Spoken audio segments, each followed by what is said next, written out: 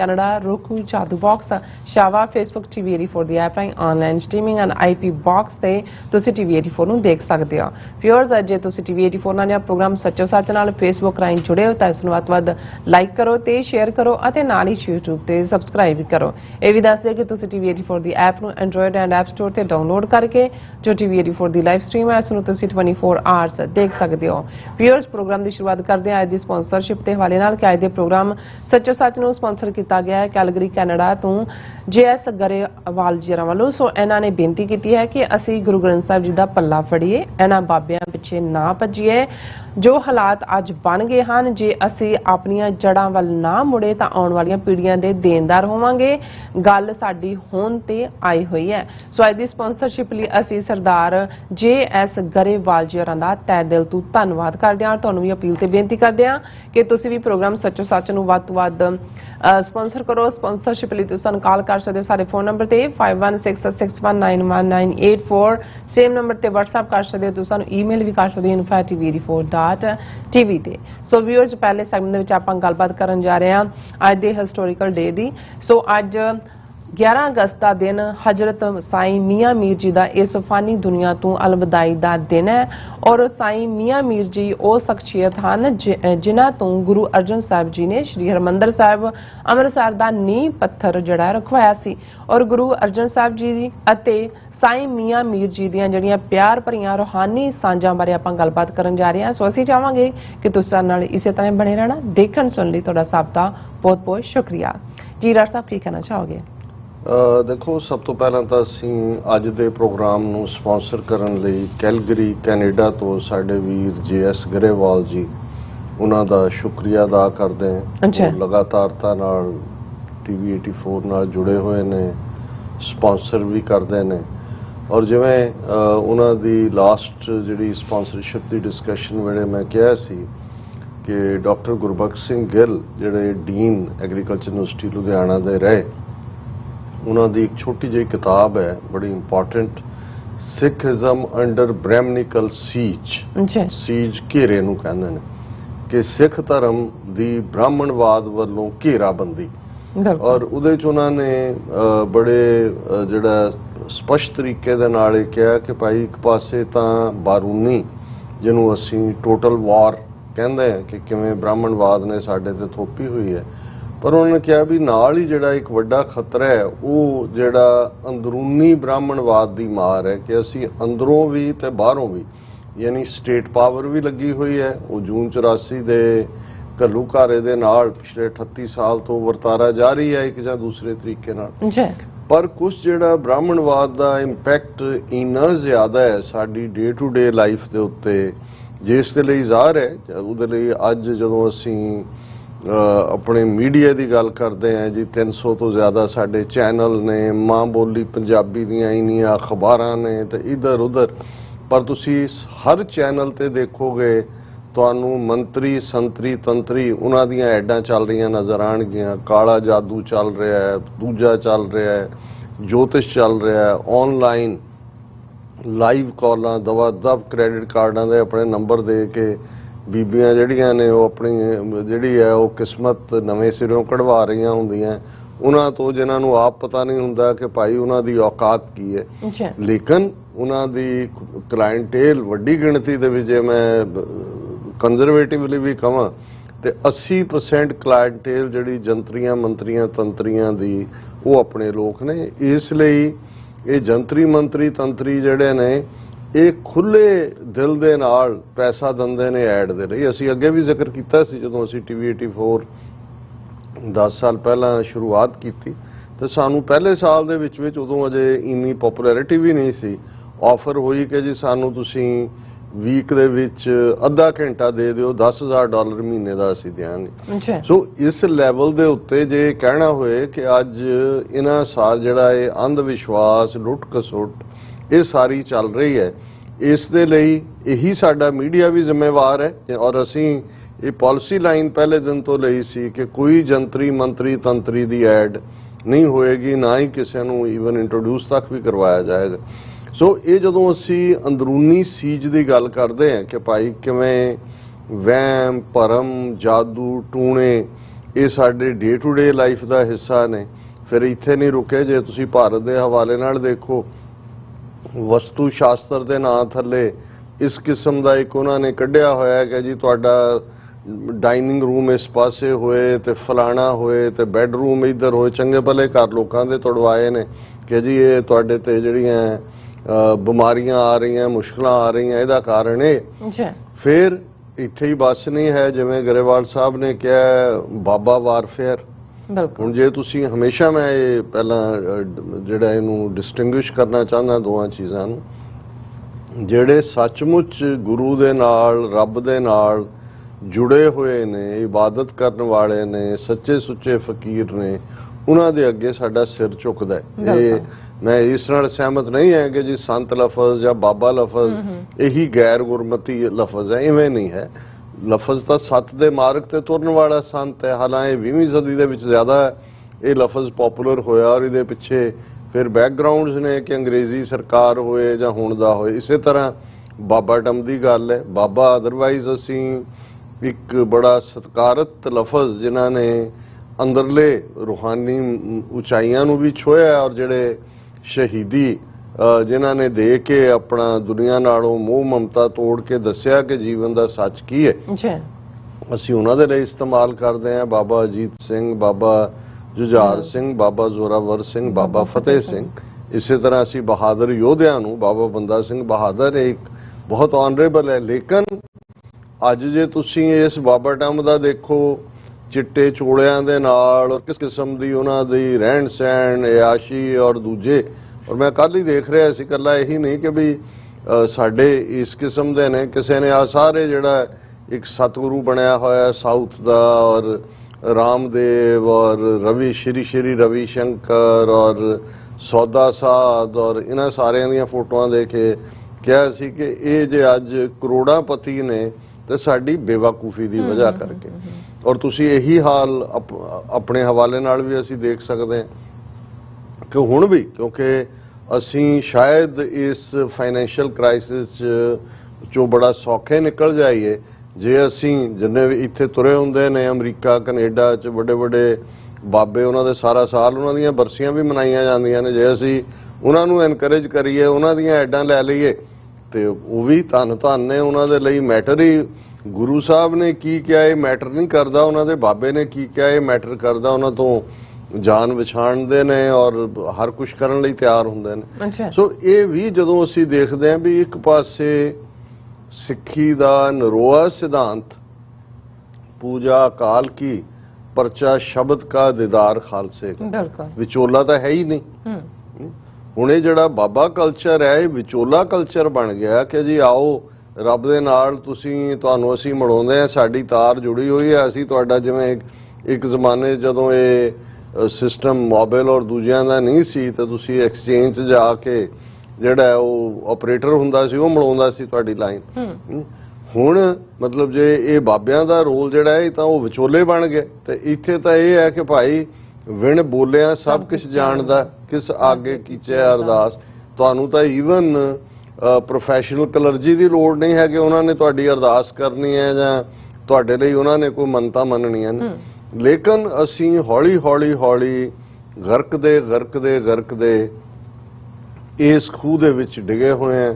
ਘਰਾਂ ਚੋਂ ਮੰਗਲ ਸ਼ਨੀਚਰ ਨਹੀਂ ਨਿਕਲਦੇ। ਅੱਜ ਵੀ ਤੁਸੀਂ ਦੇਖੋਗੇ ਕਿੱਦਣ ਸਿਰ ਨਹਾਉਣਾ ਹੈ, ਕਿੱਦਣ ਨਹੀਂ ਨਹਾਉਣਾ, ਕਿੱਦਣ ਕੋਈ ਨਵੀਂ ਚੀਜ਼ ਖਰੀਦਣੀ ਹੈ, ਕਿੱਦਣ ਕੀ ਕਰਨਾ ਹੈ। ਇਸ ਕਿਸਮ ਦਾ ਜਿਹੜਾ ਉਹ ਰਾਦਰ ਵਿਦ ਜਿਹੜੀਆਂ ਨਵੀਆਂ ਕਾਢਾਂ ਨੇ ਉਹਦੇ ਨਾਲ ਹੁਣ ਜਿਹੜਾ ਆਨਲਾਈਨ ਹੀ ਜਿਹੜੇ ਨੇ ਉਹ ਬਾਬੇ ਤੁਹਾਡੇ ਨੂੰ ਕੰਸਲਟੇਸ਼ਨ ਭੇਜ ਦਿੰਦੇ ਨੇ। ਸੋ ਇਸ ਕਿਸਮ ਦਾ ਜਿਹੜਾ ਸਾਰਾ ਪਾਰਟ ਹੈ, ਅਸੀਂ ਸਮਝਦੇ ਹਾਂ ਕਿ ਲੜਾਈ ਬਰਾਬਰ ਦੋਨੋਂ ਪਾਸਿਓਂ ਲੜਨ ਵਾਲੀ ਹੈ। ਔਰ ਮੈਂ ਅੱਜ ਗੱਲ ਨਹੀਂ ਕਰਾਂਗਾ ਕਿਉਂਕਿ ਆਲਰੇਡੀ ਸਾਡੇ ਕੋਲ ਇੱਕ ਹਿਸਟੋਰੀਕਲ ਡੇ ਦਾ ਟੌਪਿਕ ਹੈ। ਜੇ ਅੱਜ ਤੁਸੀਂ ਰਕਸ਼ਾ ਬੰਧਨ ਦੇ ਨਾਂ ਥੱਲੇ ਜੋ ਅੱਜ ਜਿਸ ਤਿਉਹਾਰ ਨੂੰ ਇਵੇਂ ਲੱਗਦਾ ਜਿਵੇਂ ਤਿਉਹਾਰ ਹੀ ਸਿੱਖਾਂ ਦਾ ਹੋਏ, ਮਤਲਬ ਤੁਸੀਂ, ਔਰ ਜਿਹਦੇ ਨਾਲ ਤੁਹਾਨੂੰ ਕੋਈ ਜਿਸ ਚੀਜ਼ ਦਾ ਮੈਂਸ਼ਨ ਨਾ ਗੁਰਬਾਣੀ 'ਚ ਨਾ ਸਿੱਖ ਇਤਿਹਾਸਕ ਪਰੰਪਰਾ 'ਚ ਮਿਲਦਾ, ਕਿਸ ਹੱਦ ਤੱਕ ਬ੍ਰਾਹਮਣਵਾਦ ਦਾ ਇੰਪੈਕਟ ਹੈ ਕਿ ਭਾਈ ਕਿਵੇਂ ਕੈਲੰਡਰ ਜਿਹੜੇ ਘਰਾਂ 'ਚ ਲਾਏ ਹੋਏ ਨੇ ਜੀ ਬੇਬੇ ਨਾਨਕੀ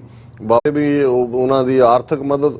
ਯਾਨੀ ਕਹਿਣ ਦਾ ਮਤਲਬ ਇਹ ਹੈ ਕਿ ਵੀ ਹਿੰਮਤ ਨਹੀਂ ਹੈ ਇਹ ਕਹਿਣ ਦੀ ਕਿ ਭਾਈ ਠੀਕ ਹੈ ਕੁਝ ਚੀਜ਼ਾਂ ਕਲਚਰ ਰਾਹੀਂ ਆ ਜਾਂਦੀਆਂ ਨੇ ਵਿੱਚ ਉਹ ਇੱਕ ਵੱਖਰੀ ਡਿਬੇਟ ਹੈ ਜੀ ਪਰ ਅੱਜ ਅਸੀਂ ਇਸ ਨੂੰ ਹੁਣ ਇਹਨੂੰ ਔਰ ਉਹਦੀ ਜਸਟੀਫਿਕੇਸ਼ਨ ਹੁੰਦੀ ਹੈ ਦੇਖੋ ਜੀ ਬਾਬੇ ਬਕਾਲੇ ਰੱਖੜ ਪੁੰਨਿਆਂ ਦਾ ਮੇਲਾ ਲੱਗਦਾ ਦੇਖੋ ਜੀ ਫਿਰ ਤਾਂ ਰੱਖੜੀ ਹੁਣ ਮੈਂ 2-3 ਹਿਸਟੋਰੀਅਨਸ ਜਿਨ੍ਹਾਂ ਦਾ ਇਸ ਦੇ ਉੱਤੇ ਕੰਮ ਹੈ ਉਹਨਾਂ ਨੂੰ ਮੈਂ ਪੁੱਛਿਆ ਕਿ ਜੀ ਇਹ ਰੱਖੜ ਪੁੰਨਿਆਂ ਦੀ ਗੱਲ ਕਿੱਥੋਂ ਕਹਿੰਦੇ ਜੀ ਅਸਲ 'ਚ ਜਿਹੜੀ ਡੇਟ ਜਿੱਦਣ ਬਾਬਾ ਮੱਖਣ ਸ਼ਾਹ ਲੋਬਾਣਾ ਨੇ ਗੁਰੂ ਲਾਧੋਰੇ ਦਾ ਹੋਕਾ ਦਿੱਤਾ ਉਸ ਦਿਨ ਪੂਰਨਮਾਸ਼ੀ ਸੀ ਕਿਉਂਕਿ ਪੁਰਾਣੇ ਵੇੜੇ ਇਹਦੇ ਨਾਲ ਹੀ ਕੈਲਕੂਲੇਸ਼ਨ ਹੁੰਦੀ ਸੀ ਔਰ ਉਦੋਂ ਪੂਰਨਮਾਸ਼ੀ ਦਾ ਦਿਨ ਸੀ ਔਰ ਕੁਦਰਤੀ ਜਿਹੜੀ ਰੱਖੜੀ ਹੈ ਹਿੰਦੂਆਂ ਦੇ ਵਿੱਚ ਉਦੋਂ ਹੀ ਹੁੰਦੀ ਸੀ ਹੁਣ ਕਾਰਨ ਤਾਂ ਇਸ ਦਾ ਇਹ ਹੋਇਆ ਕਿ ਭਾਈ ਇਹ ਗੁਰੂ ਲਾਧੋਰੇ ਕਿ ਇਹਨਾਂ ਫੇਕ ਬਾਬਿਆਂ ਗੁਰੂਆਂ ਵੱਲ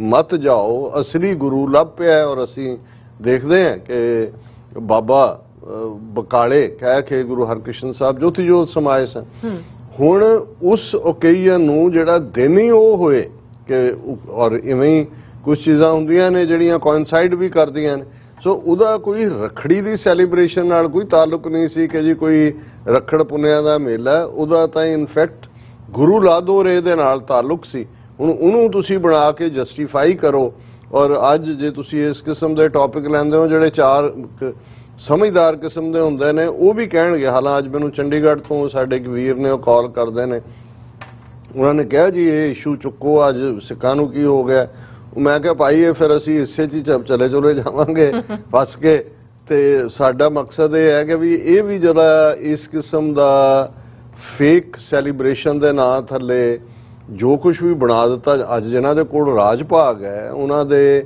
ਡੇ ਐਂਡ ਨਾਈਟ ਚੈਨਲ ਉਹਨਾਂ ਨੇ ਅੱਜ ਕੋਈ ਸਾਲ ਦਾ ਦਿਨ ਐਸਾ ਨਹੀਂ ਕੋਈ ਸੰਤੋਸ਼ੀ ਮਾਂ ਦਾ ਆ ਗਿਆ ਕੋਈ ਦੂਜਾ ਔਰ ਉਹਨਾਂ ਨੇ ਇੰਨੀ ਵੱਡੀ ਕਲਾਇੰਟੇਲ ਪ੍ਰਚਾਰ ਦੇ ਕਾਬੜੀਏ ਆ ਗਏ ਸ਼ਿਵ ਭਗਤ ਆ ਗਏ ਇੱਧਰ ਆ ਗਏ ਉਹਨਾਂ ਦਾ ਪ੍ਰੋਪੇਗੈਂਡਾ ਕਿ ਇੱਕ ਵੱਡਾ ਹਿੱਸਾ ਇਹਨਾਂ ਦਿਨਾਂ ਨੂੰ ਸੱਚਮੁੱਚ ਇਤਿਹਾਸਕ ਵੀ ਮੰਨਣ ਲੱਗ ਗਿਆ ਔਰ ਇਹ ਹੈ ਰਾਜ ਸ਼ਕਤੀ ਕਿ ਭਾਈ ਜਿਹਦੇ ਥੱਲੇ ਉਹ ਜਿਹਨੂੰ ਮਰਜ਼ੀ ਜਿਹੜਾ ਉਹ ਪ੍ਰਮੋਟ ਕਰਨ ਜਿਹਨੂੰ ਮਰਜ਼ੀ ਜਿਹੜਾ ਉਸ ਨੂੰ ਇੱਕ ਹਿਸਟੋਰੀਕਲ ਫਿਗਰ ਸਾਬਤ ਕਰ ਦੇਣ ਸੋ ਅਸੀਂ ਸਰ JS ਗਰੇਵਾਲ ਜੀ ਦਾ ਸ਼ੁਕਰੀਆ ਅਦਾ ਕਰਦੇ ਹਾਂ ਕਿ ਉਹ ਇਸ ਚੈਲੰਜ ਨੂੰ ਵੀ ਸਮਝਦੇ ਨੇ ਔਰ ਸਾਡੀਆਂ ਖਾਮੀਆਂ ਦੇ ਬਾਵਜੂਦ ਅਸੀਂ ਕਈ ਵਾਰ ਜਿਹੜਾ ਉਹ ਪੂਰਾ ਧਿਆਨ ਨਹੀਂ ਦੇ ਪਾਉਂਦੇ ਜਿਹੜਾ ਖਾਸ ਤੌਰ ਤੇ ਅੰਦਰੂਨੀ ਚੈਲੰਜ ਹੈ ਉਹਦੇ ਕੁਝ ਹੋਰ ਵੀ ਰੀਜ਼ਨ ਨੇ ਲੇਕਿਨ ਅਸੀਂ ਇਹ ਸਮਝਦੇ ਹਾਂ ਕਿ ਬਿਲਕੁਲ ਠੀਕ ਹੈ ਜਿੰਨਾ ਬੈਰੂਨੀ ਤੌਰ ਦੇ ਉੱਤੇ ਸਾਨੂੰ ਖਤਰਾ ਹੈ ਜੋ ਇੰਡੀਅਨ ਸਟੇਟ ਦੀ ਟੋਟਲ ਵਾਰ ਹੈ ਉੱਥੇ ਹੀ ਇਹ ਜਿਹੜੀ ਬਾਬਾ ਵਾਰਫੇਅਰ ਹੈ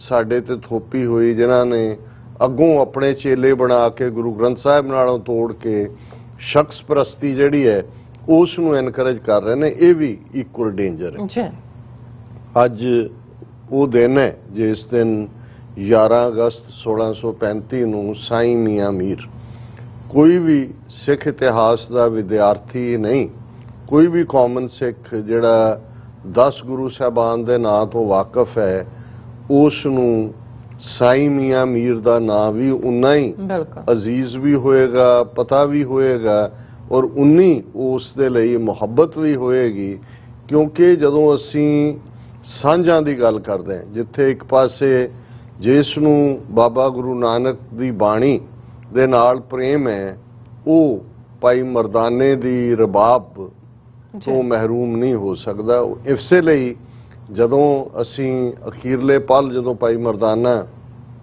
ਗੁਰੂ ਨਾਨਕ ਸਾਹਿਬ ਦੀ ਗੋਦ ਦੇ ਵਿੱਚ ਆਪਣਾ ਅਖੀਰਲਾ ਸਾਹ ਲੈਂਦੇ ਨੇ ਤੇ ਜਿਵੇਂ ਇਸ ਡਾਇਲੌਗ ਨੂੰ ਬਿਆਨਿਆ ਜਾਂਦਾ ਹੈ ਉਹ ਕਹਿੰਦੇ ਨੇ ਕਿ ਬਾਬਾ ਮੈਨੂੰ ਕਦੇ ਨਾ ਵਿਛੋੜੀ ਆਪਣੇ ਤੋਂ ਉਹਨਾਂ ਨੇ ਕਿਹਾ ਤੂੰ ਹਮੇਸ਼ਾ ਹੀ ਭਾਈ ਮਰਦਾਨਾ ਜੀ ਤੁਸੀਂ ਹਮੇਸ਼ਾ ਹੀ ਰਹੋਗੇ ਜਿੱਥੇ ਬਾਣੀ ਹੈ ਉੱਥੇ ਬਾਣੀ ਦਾ ਕੀਰਤਨ ਹੈ ਔਰ ਇਹ ਬਾਣੀ ਔਰ ਰਬਾਬ ਔਰ ਜਿਸ ਨੂੰ ਭਾਈ ਗੁਰਦਾਸ ਜੀ ਨੇ ਫਰਮਾਇਆ ਸੀ ਕਿ ਇੱਕ ਬਾਬਾ ਅਕਾਲ ਰੂਪ ਦੂਜਾ ਰਬਾਬੀ ਮਰਦਾਨਾ ਔਰ ਉਹੀ ਰਬਾਬ ਜਿਹੜੀ ਫਿਰ ਭਾਈ ਮਰਦਾਨੇ ਦੀ ਹੈ ਭਾਈ ਮਰਦਾਨੇ ਦਾ ਪੁੱਤ ਜਦੋਂ ਗੁਰੂ ਨਾਨਕ ਸਾਹਿਬ ਉੱਥੋਂ ਹੀ ਵਾਪਸ ਮੁੜ ਆਉਂਦੇ ਨੇ ਉਸ ਤੋਂ ਬਾਅਦ ਕੋਈ ਉਦਾਸੀ ਗੁਰੂ ਸਾਹਿਬ ਨੇ ਨਹੀਂ ਕੀਤੀ ਤੇ ਉਹਨਾਂ ਦਾ ਬੇਟਾ ਭਾਈ ਮਰਦਾਨਾ ਜੀ ਦਾ ਉਹ ਮਿਲਣ ਆਉਂਦਾ ਹੈ ਔਰ ਉਹ ਕਹਿੰਦਾ ਕਿ ਅੱਬੂ ਦਾ ਕੀ ਹਾਲ ਹੈ ਤੇ ਗੁਰੂ ਸਾਹਿਬ ਦੱਸਦੇ ਨੇ ਤੇ ਉਹ ਕਹਿੰਦੇ ਨੇ ਕਿ ਬਈ ਸ਼ਹਿਜ਼ਾਦ ਉਹਦਾ ਨਾਂ ਲਿਖਿਆ ਕਿ ਸ਼ਹਿਜ਼ਾਦ ਮੰਗ ਕਹਿੰਦਾ ਉਹ ਕਹਿੰਦੇ ਬਾਬਾ ਜੋ ਅੱਬੂ ਨੂੰ ਦਿੱਤਾ ਸਾਈ ਉਹੀ ਮੈਨੂੰ ਵੀ ਦੇ।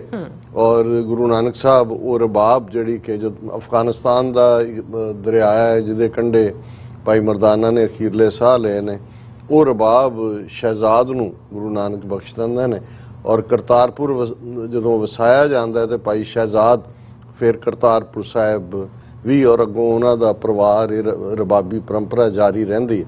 ਲੇਕਿਨ ਅੱਜ ਵੀ ਕੋਈ ਦੀਵਾਨ ਜਦੋਂ ਗੁਰੂ ਗ੍ਰੰਥ ਸਾਹਿਬ ਦਾ ਪ੍ਰਕਾਸ਼ ਹੋਏਗਾ, ਬਾਣੀ ਪੜ੍ਹੀ ਜਾਏਗੀ, ਉਸ ਤੋਂ ਬਾਅਦ ਕੀਰਤਨ ਹੈ ਜੀ। ਔਰ ਉਹ ਸਾਂਝ ਹੈ ਬਾਬੇ ਦੀ ਔਰ ਭਾਈ ਮਰਦਾਨੇ ਦੀ ਕਿ ਬਾਣੀ ਔਰ ਕੀਰਤਨ ਇਹ ਦੋਵੇਂ ਹੀ ਇੱਕ ਦੂਸਰੇ ਦੇ ਵਿੱਚ ਓਤ-ਪ੍ਰੋਤ ਨੇ ਜੀ। ਇਵੇਂ ਹੀ ਜਦੋਂ ਅਸੀਂ ਹਰਮੰਦਰ ਸਾਹਿਬ ਦਾ ਜ਼ਿਕਰ ਕਰਦੇ ਹਾਂ, ਮੀਰੀ ਪੀਰੀ ਦੇ ਮੁਕਾਮ ਦੀ ਗੱਲ ਕਰਦੇ ਹਾਂ, ਹਰਮੰਦਰ ਸਾਹਿਬ ਦੇ 4 ਦਰਵਾਜ਼ਿਆਂ ਦੀ ਗੱਲ ਕਰਦੇ ਹਾਂ, ਤੇ ਫਿਰ 4 ਦਰਵਾਜ਼ਿਆਂ ਦਾ ਕਨਸੈਪਟ ਕਿ ਭਾਈ ਕਬੀਰ ਜਹ ਦਰ ਆਵਤ ਜਾਤੇ ਹੋ ਹਟਕੈ ਨਾਹੀ ਕੋਏ ਸੋ ਦਰ ਕੈਸੇ ਛੋੜੀਐ ਜੋ ਦਰ ਐਸਾ ਹੋਏ।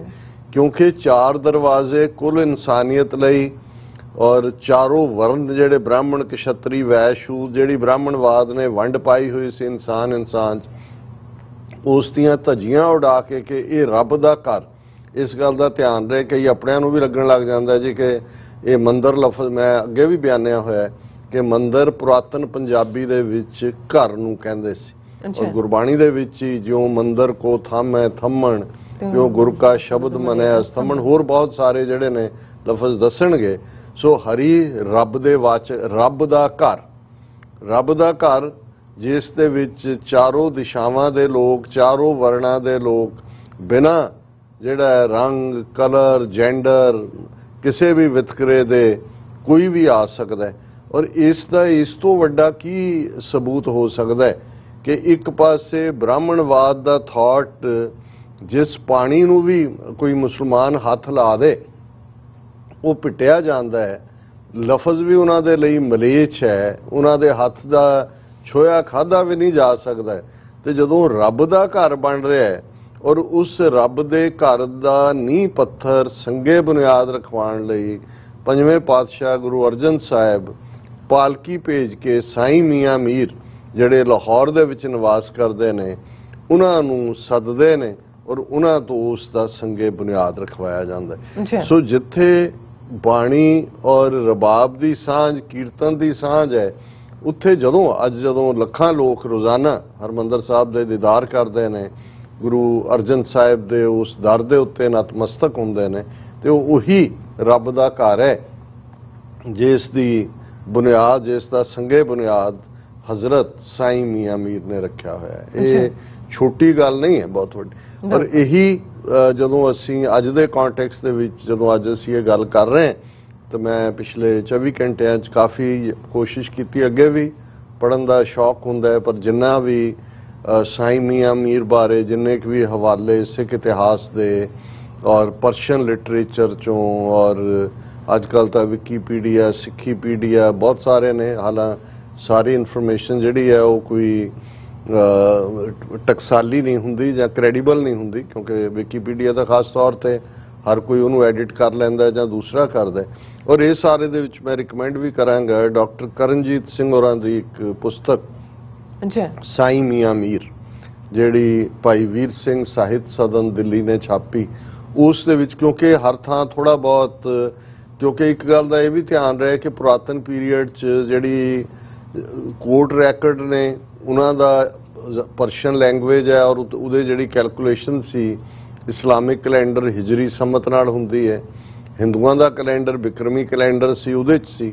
ਸੋ ਜ਼ਰੂਰੀ ਨਹੀਂ ਕਿ ਹਰ ਚੀਜ਼ ਦਾ ਹਵਾਲਾ ਹਰ ਥਾਂ ਤੇ ਮਿਲੇ, ਕੁਝ ਚੀਜ਼ਾਂ ਬਿਲਕੁਲ ਮਾਈਨਸ। ਲੇਕਿਨ ਜਦੋਂ ਅਸੀਂ ਇਤਿਹਾਸਿਕ ਪਰੰਪਰਾ ਨੂੰ ਮਨ 'ਚ ਰੱਖਦੇ ਹਾਂ ਤੇ ਉਹਦੇ 'ਚ ਇੱਕ ਇੰਪੋਰਟੈਂਟ ਸੈਗਮੈਂਟ ਜਿਹੜਾ ਅੱਜ ਹੁਣ ਜਿਹੜੇ ਈਵਨ ਹਿਸਟਰੀਓਗ੍ਰਾਫੀ ਵਾਲੇ ਨੇ ਉਹਨੂੰ ਮੰਨਦੇ ਨੇ, ਉਹ ਓਰਲ ਹਿਸਟਰੀ ਵੀ ਹੈ ਕਿ ਜਿਹੜੀ ਜ਼ਬਾਨੀ ਕਲਾਮੀ, ਔਰ ਉਹਨੂੰ ਅਸੀਂ ਓਰਲ ਹਿਸਟਰੀ ਦੇ ਨਾਲ ਜੇ ਇੱਕ ਲਫ਼ਜ਼ ਹੋਰ ਜੋੜ ਦਈਏ ਸੀਨਾ ਬਸੀਨਾ, ਔਰ ਜਿਹੜੀ ਸੀਨਾ ਬਸੀਨਾ ਚੱਲ ਰਹੀ ਰਵਾਇਤ ਹੁੰਦੀ ਹੈ ਉਹਦੇ 'ਚੋਂ ਰਵਾਇਤ ਵੀ ਬਣਦੀ ਹੈ, ਥੋੜੀ ਬਹੁਤ ਐਗਜ਼ੈਜਰੇਟ ਵੀ ਹੋ ਜਾਂਦੀ ਹੈ, ਲੇਕਿਨ ਉਹਦੀ ਇੱਕ ਆਪਣੀ ਅਹਿਮੀਅਤ ਹੁੰਦੀ ਹੈ। ਔਰ ਕਿਸੇ ਚੀਜ਼ ਨੂੰ ਵੀ ਇਸ ਲਈ ਨਕਾਰ ਦੇਣਾ ਕਿ ਜੀ ਉਹਦਾ ਕੋਈ ਫਾਰਸੀ ਸੋਰਸ ਨਹੀਂ ਹੈ, ਉਹਦਾ ਕੋਈ ਪੰਜਾਬੀ ਸੋਰਸ ਨਹੀਂ ਹੈ, ਸਾਡੇ ਤਾਂ ਉਹੀ ਉਸ ਖਿੱਤੇ ਦੇ ਵਿੱਚ ਇਤਿਹਾਸ ਲਿਖਣ ਪੜ੍ਹਨ ਦੂਜੇ ਤੀਜੇ ਦਾ ਨਾ ਸ਼ੌਕ ਸੀ ਨਾ ਹੀ ਉਹਨੂੰ ਰਿਕਾਰਡ ਕਰਨ ਦਾ। ਹਾਲਾਂ ਮੁਗਲਾਂ ਨੂੰ ਜਾਂ ਜਿਨ੍ਹਾਂ ਨੂੰ ਅਸੀਂ ਜਿੰਨਾ ਮਰਜ਼ੀ ਜਿਹੜਾ ਹੈ ਉਹ ਉਹਨਾਂ ਦੀਆਂ ਗਲਤੀਆਂ ਲਈ ਕੋਸੀਏ,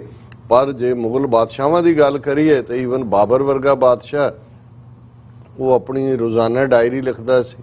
ਔਰ ਇਹੀ ਜੇ ਤੌਜ਼ਕੇ ਜਹਾਂਗੀਰੀ ਜੇ ਗੁਰੂ ਅਰਜਨ ਸਾਹਿਬ ਦੀ ਸ਼ਹਾਦਤ ਦਾ ਸਬੂਤ ਸਭ ਤੋਂ ਜ਼ਿਆਦਾ ਪੁਖਤਾ ਨਿਕਲਿਆ ਤੇ ਉਹ ਜਹਾਂਗੀਰ ਦੀ ਆਪਣੀ ਆਟੋਬਾਇਓਗ੍ਰਾਫੀ ਚੋਂ ਤੌਜ਼ਕੇ ਜਹਾਂਗੀਰੀ। ਅਕਬਰ ਬੇਸ਼ੱਕ ਆਪ ਨਹੀਂ ਸੀ ਪੜ੍ਹਿਆ ਲਿਖਿਆ, ਲੇਕਿਨ ਆਈਨੇ ਅਕਬਰੀ ਉਸ ਦੌਰ ਦੀ ਸਾਨੂੰ ਗੱਲ ਦੱਸਦੀ ਹੈ। ਇਸੇ ਤਰ੍ਹਾਂ ਬਾਬਰ ਦਾ ਜਿਹੜਾ ਰੋਜ਼ਨਾਮਚਾ ਹੈ, ਬਾਬਰ ਦਾ ਉੱਥੋਂ ਦੇ ਲੋਕਾਂ ਬਾਰੇ ਕੀ ਖਿਆਲ ਹੈ, ਡੇ ਟੂ ਡੇ ਕੀ ਹੈ, ਉਹ ਕਿਵੇਂ ਸ਼ਰਾਬਨੋਸ਼ੀ 'ਚ ਫਸਿਆ ਹੋਇਆ ਹੈ, ਇਹ ਸਾਰਾ ਉਹ ਸਾਨੂੰ ਉਹਦੀਆਂ ਲਿਖਤਾਂ 'ਚੋਂ ਮਿਲਦਾ। ਸੋ ਬਹੁਤ ਸਾਰੇ ਜਿਹੜੇ ਸੋਰਸ ਸਾਈਂ ਮੀਆਂ ਮੀਰ ਹੋਰਾਂ ਦੇ ਇਹ ਸੰਗੇ ਬੁਨਿਆਦ ਰੱਖਣ ਜਾਂ ਦੂਜੇ ਨੇ, ਇਹਨਾਂ ਦੀ ਸ਼ੁਰੂਆਤ ਤਾਂ ਮੂਲ ਰੂਪ ਦੇ ਵਿੱਚ ਉਸ ਪੀਰੀਅਡ ਦੇ ਸਾਡੇ ਲਿਟਰੇਚਰ 'ਚ ਨਹੀਂ ਮਿਲਦੀ। ਭਾਈ ਗੁਰਦਾਸ ਜੀ ਦੀ ਟੈਸਟੀਮਨੀ 'ਚੋਂ ਲੇਕਿਨ ਜਿਹੜੀ ਇਸ ਦੇ ਲਈ ਜਦੋਂ ਬੂਟੇ ਸ਼ਾਹ ਜਿਸ ਨੇ ਬਟਾਲਾ ਬੇਸ ਉਹਨੇ ਲਿਖਿਆ ਉਸ ਦੇ ਵਿੱਚ ਜ਼ਿਕਰ ਮਿਲਦਾ। ਔਰ ਫਿਰ ਲੇਟਰ ਔਨ ਜਿੰਨੇ ਵੀ ਅੱਜ ਤੱਕ ਡਾਕਟਰ ਹਰੀ ਰਾਮ ਗੁਪਤਾ ਔਰ ਸਾਡੇ ਬਾਕੀ ਜਿਹੜੇ ਸਿੱਖ ਹਿਸਟੋਰੀਅਨ ਪੰਥ ਪ੍ਰਕਾਸ਼ ਗਿਆਨੀ ਗਿਆਨ ਸਿੰਘ ਜਿਹੜਿਆਂ ਦੀਆਂ 2-3 ਐਡੀਸ਼ਨਸ ਆਈਆਂ ਉਹਨਾਂ ਸਾਰਿਆਂ ਦੇ ਵਿੱਚ ਮਿਲਦਾ। ਲੇਕਿਨ ਇਸ 'ਚ ਕੋਈ ਦੋ ਰਾਵਾਂ ਨਹੀਂ ਨੇ ਕਿ ਗੱਲ ਕੱਲੀ ਸਾਈਂ ਮੀਆਂ ਮੀਰ ਦਾ ਜੀਵਨ ਔਰ ਉਹਨਾਂ ਦੀ ਜਦੋਂ ਅਸੀਂ ਆਪਣੀ ਬੈਕਗਰਾਉਂਡ ਦੇਖਦੇ ਹਾਂ, ਉਹਨਾਂ ਦੇ ਬਜ਼ੁਰਗ ਜਿਹੜੇ ਨੇ ਉਹ ਸੀਸਤਾਨ ਤੋਂ ਸਨ। ਛੋਟੀ ਉਮਰ 'ਚ ਉਹਨਾਂ ਦੇ ਪਿਤਾ ਚੜ੍ਹਾਈ ਕਰ ਗਏ। ਉਹਨਾਂ ਦੀ ਮਾਤਾ ਦਾ ਸਬੰਧ ਪੀਰ ਦਸਤਗੀਰ ਉਹਦੇ ਰੂਹਾਨੀ ਘਰਾਣੇ ਨਾਲ ਸੀ।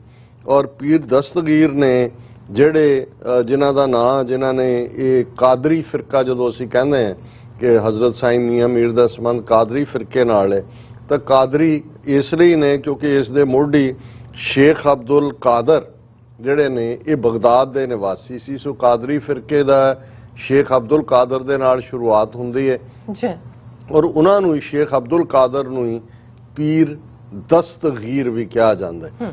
ਔਰ ਇਹ ਬਹੁਤ ਸਾਰੀਆਂ ਥਾਵਾਂ ਤੇ ਪੀਰ ਦਸਤਗੀਰ ਦਾ ਮੈਂਸ਼ਨ ਹੁੰਦਾ ਹੈ।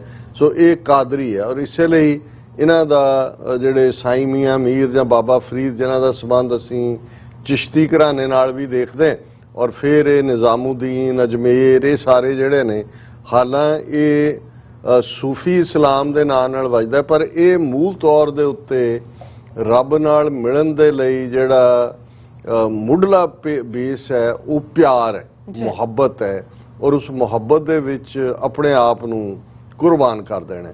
ਔਰ ਇਹੀ ਲੇਕਿਨ ਇਹ ਜਿਵੇਂ ਅੱਡ-ਅੱਡ ਫਿਰਕੇ ਸ਼ੀਆ ਇਸਲਾਮ ਨਾਲ ਜੁੜਦੇ ਨੇ, ਇਸ ਗੱਲ ਦਾ ਧਿਆਨ ਰਹੇ ਕਿ ਕਾਦਰੀ ਸਿਲਸਿਲਾ ਜਾਂ ਚਿਸ਼ਤੀ ਸਿਲਸਿਲਾ ਇਹ ਮੂਲ ਤੌਰ ਦੇ ਉੱਤੇ ਸੁੰਨੀ ਇਸਲਾਮ ਦੇ ਨਾਲ ਹੀ ਜਾ ਕੇ ਜੁੜਦਾ ਔਰ ਇਹਨਾਂ ਦੇ ਵੱਡੇ ਮੁੱਦਾ ਜਿਹੜੇ ਹੋਏ ਨੇ ਈਵਨ ਇਹ ਸਾਰੇ ਪੀਰੀਅਡ ਦੇ ਵਿੱਚ ਅਸੀਂ ਦੇਖਦੇ ਹਾਂ ਇਹਨਾਂ ਨੇ ਸਭ ਤੋਂ ਜ਼ਿਆਦਾ ਆਮ ਲੋਕਾਂ ਨੂੰ ਵੀ ਜਿਹੜਾ ਉਹ ਪਿਆਰ ਦੀ ਉਸ ਮੈਸੇਜ ਦੇ ਨਾਲ ਜੋੜਿਆ।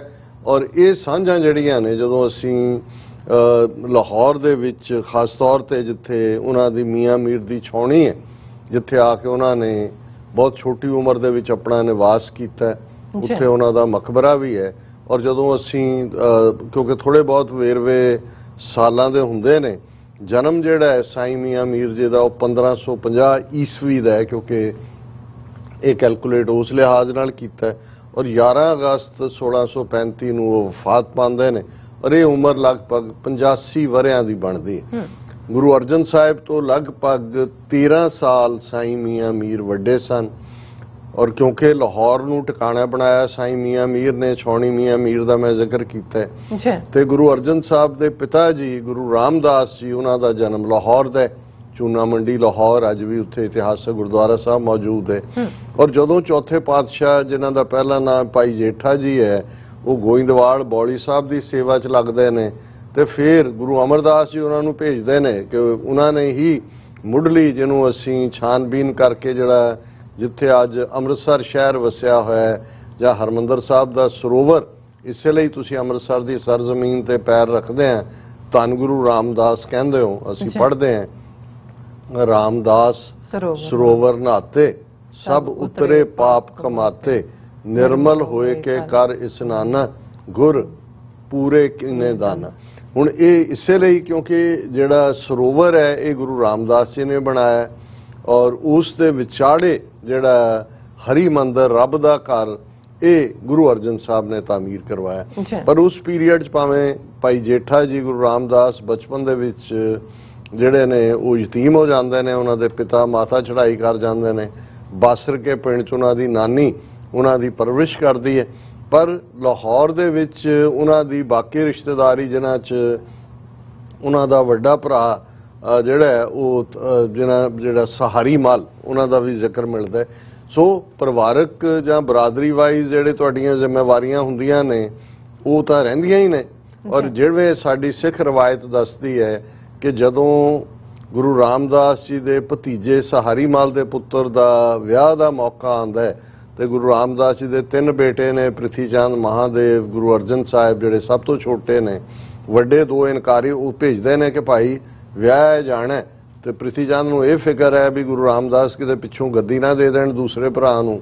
ਮਹਾਦੇਵ ਵੈਸੇ ਮਸਤ ਮੌਲ ਹੈ ਔਰ ਗੁਰੂ ਅਰਜਨ ਸਾਹਿਬ ਛੋਟੀ ਉਮਰ ਦੇ ਵਿੱਚ ਹੀ ਜਦੋਂ ਉਹਨਾਂ ਦੀ ਉਮਰ ਲਗਭਗ 16-17 ਸਾਲ ਹੋਏਗੀ ਉਹ ਪਿਤਾ ਦੀ ਆਗਿਆ ਮੰਨ ਕੇ ਲਾਹੌਰ 'ਚ ਜਾਂਦੇ ਨੇ। ਔਰ ਇਹੀ ਉਹ ਸਮਾਂ ਬਣਦਾ ਹੈ ਜਿੱਥੇ ਕਿ ਉਹਨਾਂ ਦਾ ਜਿਹੜਾ ਹੈ ਉਹ ਸਾਈਂ ਮੀਆਂ ਮੀਰ ਦੇ ਨਾਲ ਮੁਲਾਕਾਤ ਹੁੰਦੀ ਹੈ। ਉਸ ਤੋਂ ਬਾਅਦ ਗੁਰੂ ਅਰਜਨ ਸਾਹਿਬ ਦਾ 18 ਸਾਲ ਦੀ ਉਮਰ 'ਚ ਗੁਰੂ ਅਰਜਨ ਸਾਹਿਬ ਗੁਰਗੱਦੀ ਤੇ ਬੈਠਦੇ ਨੇ, ਗੁਰੂ ਰਾਮਦਾਸ ਜੋਤੀ ਜੋਤ ਸਮਾਉਂਦੇ ਨੇ।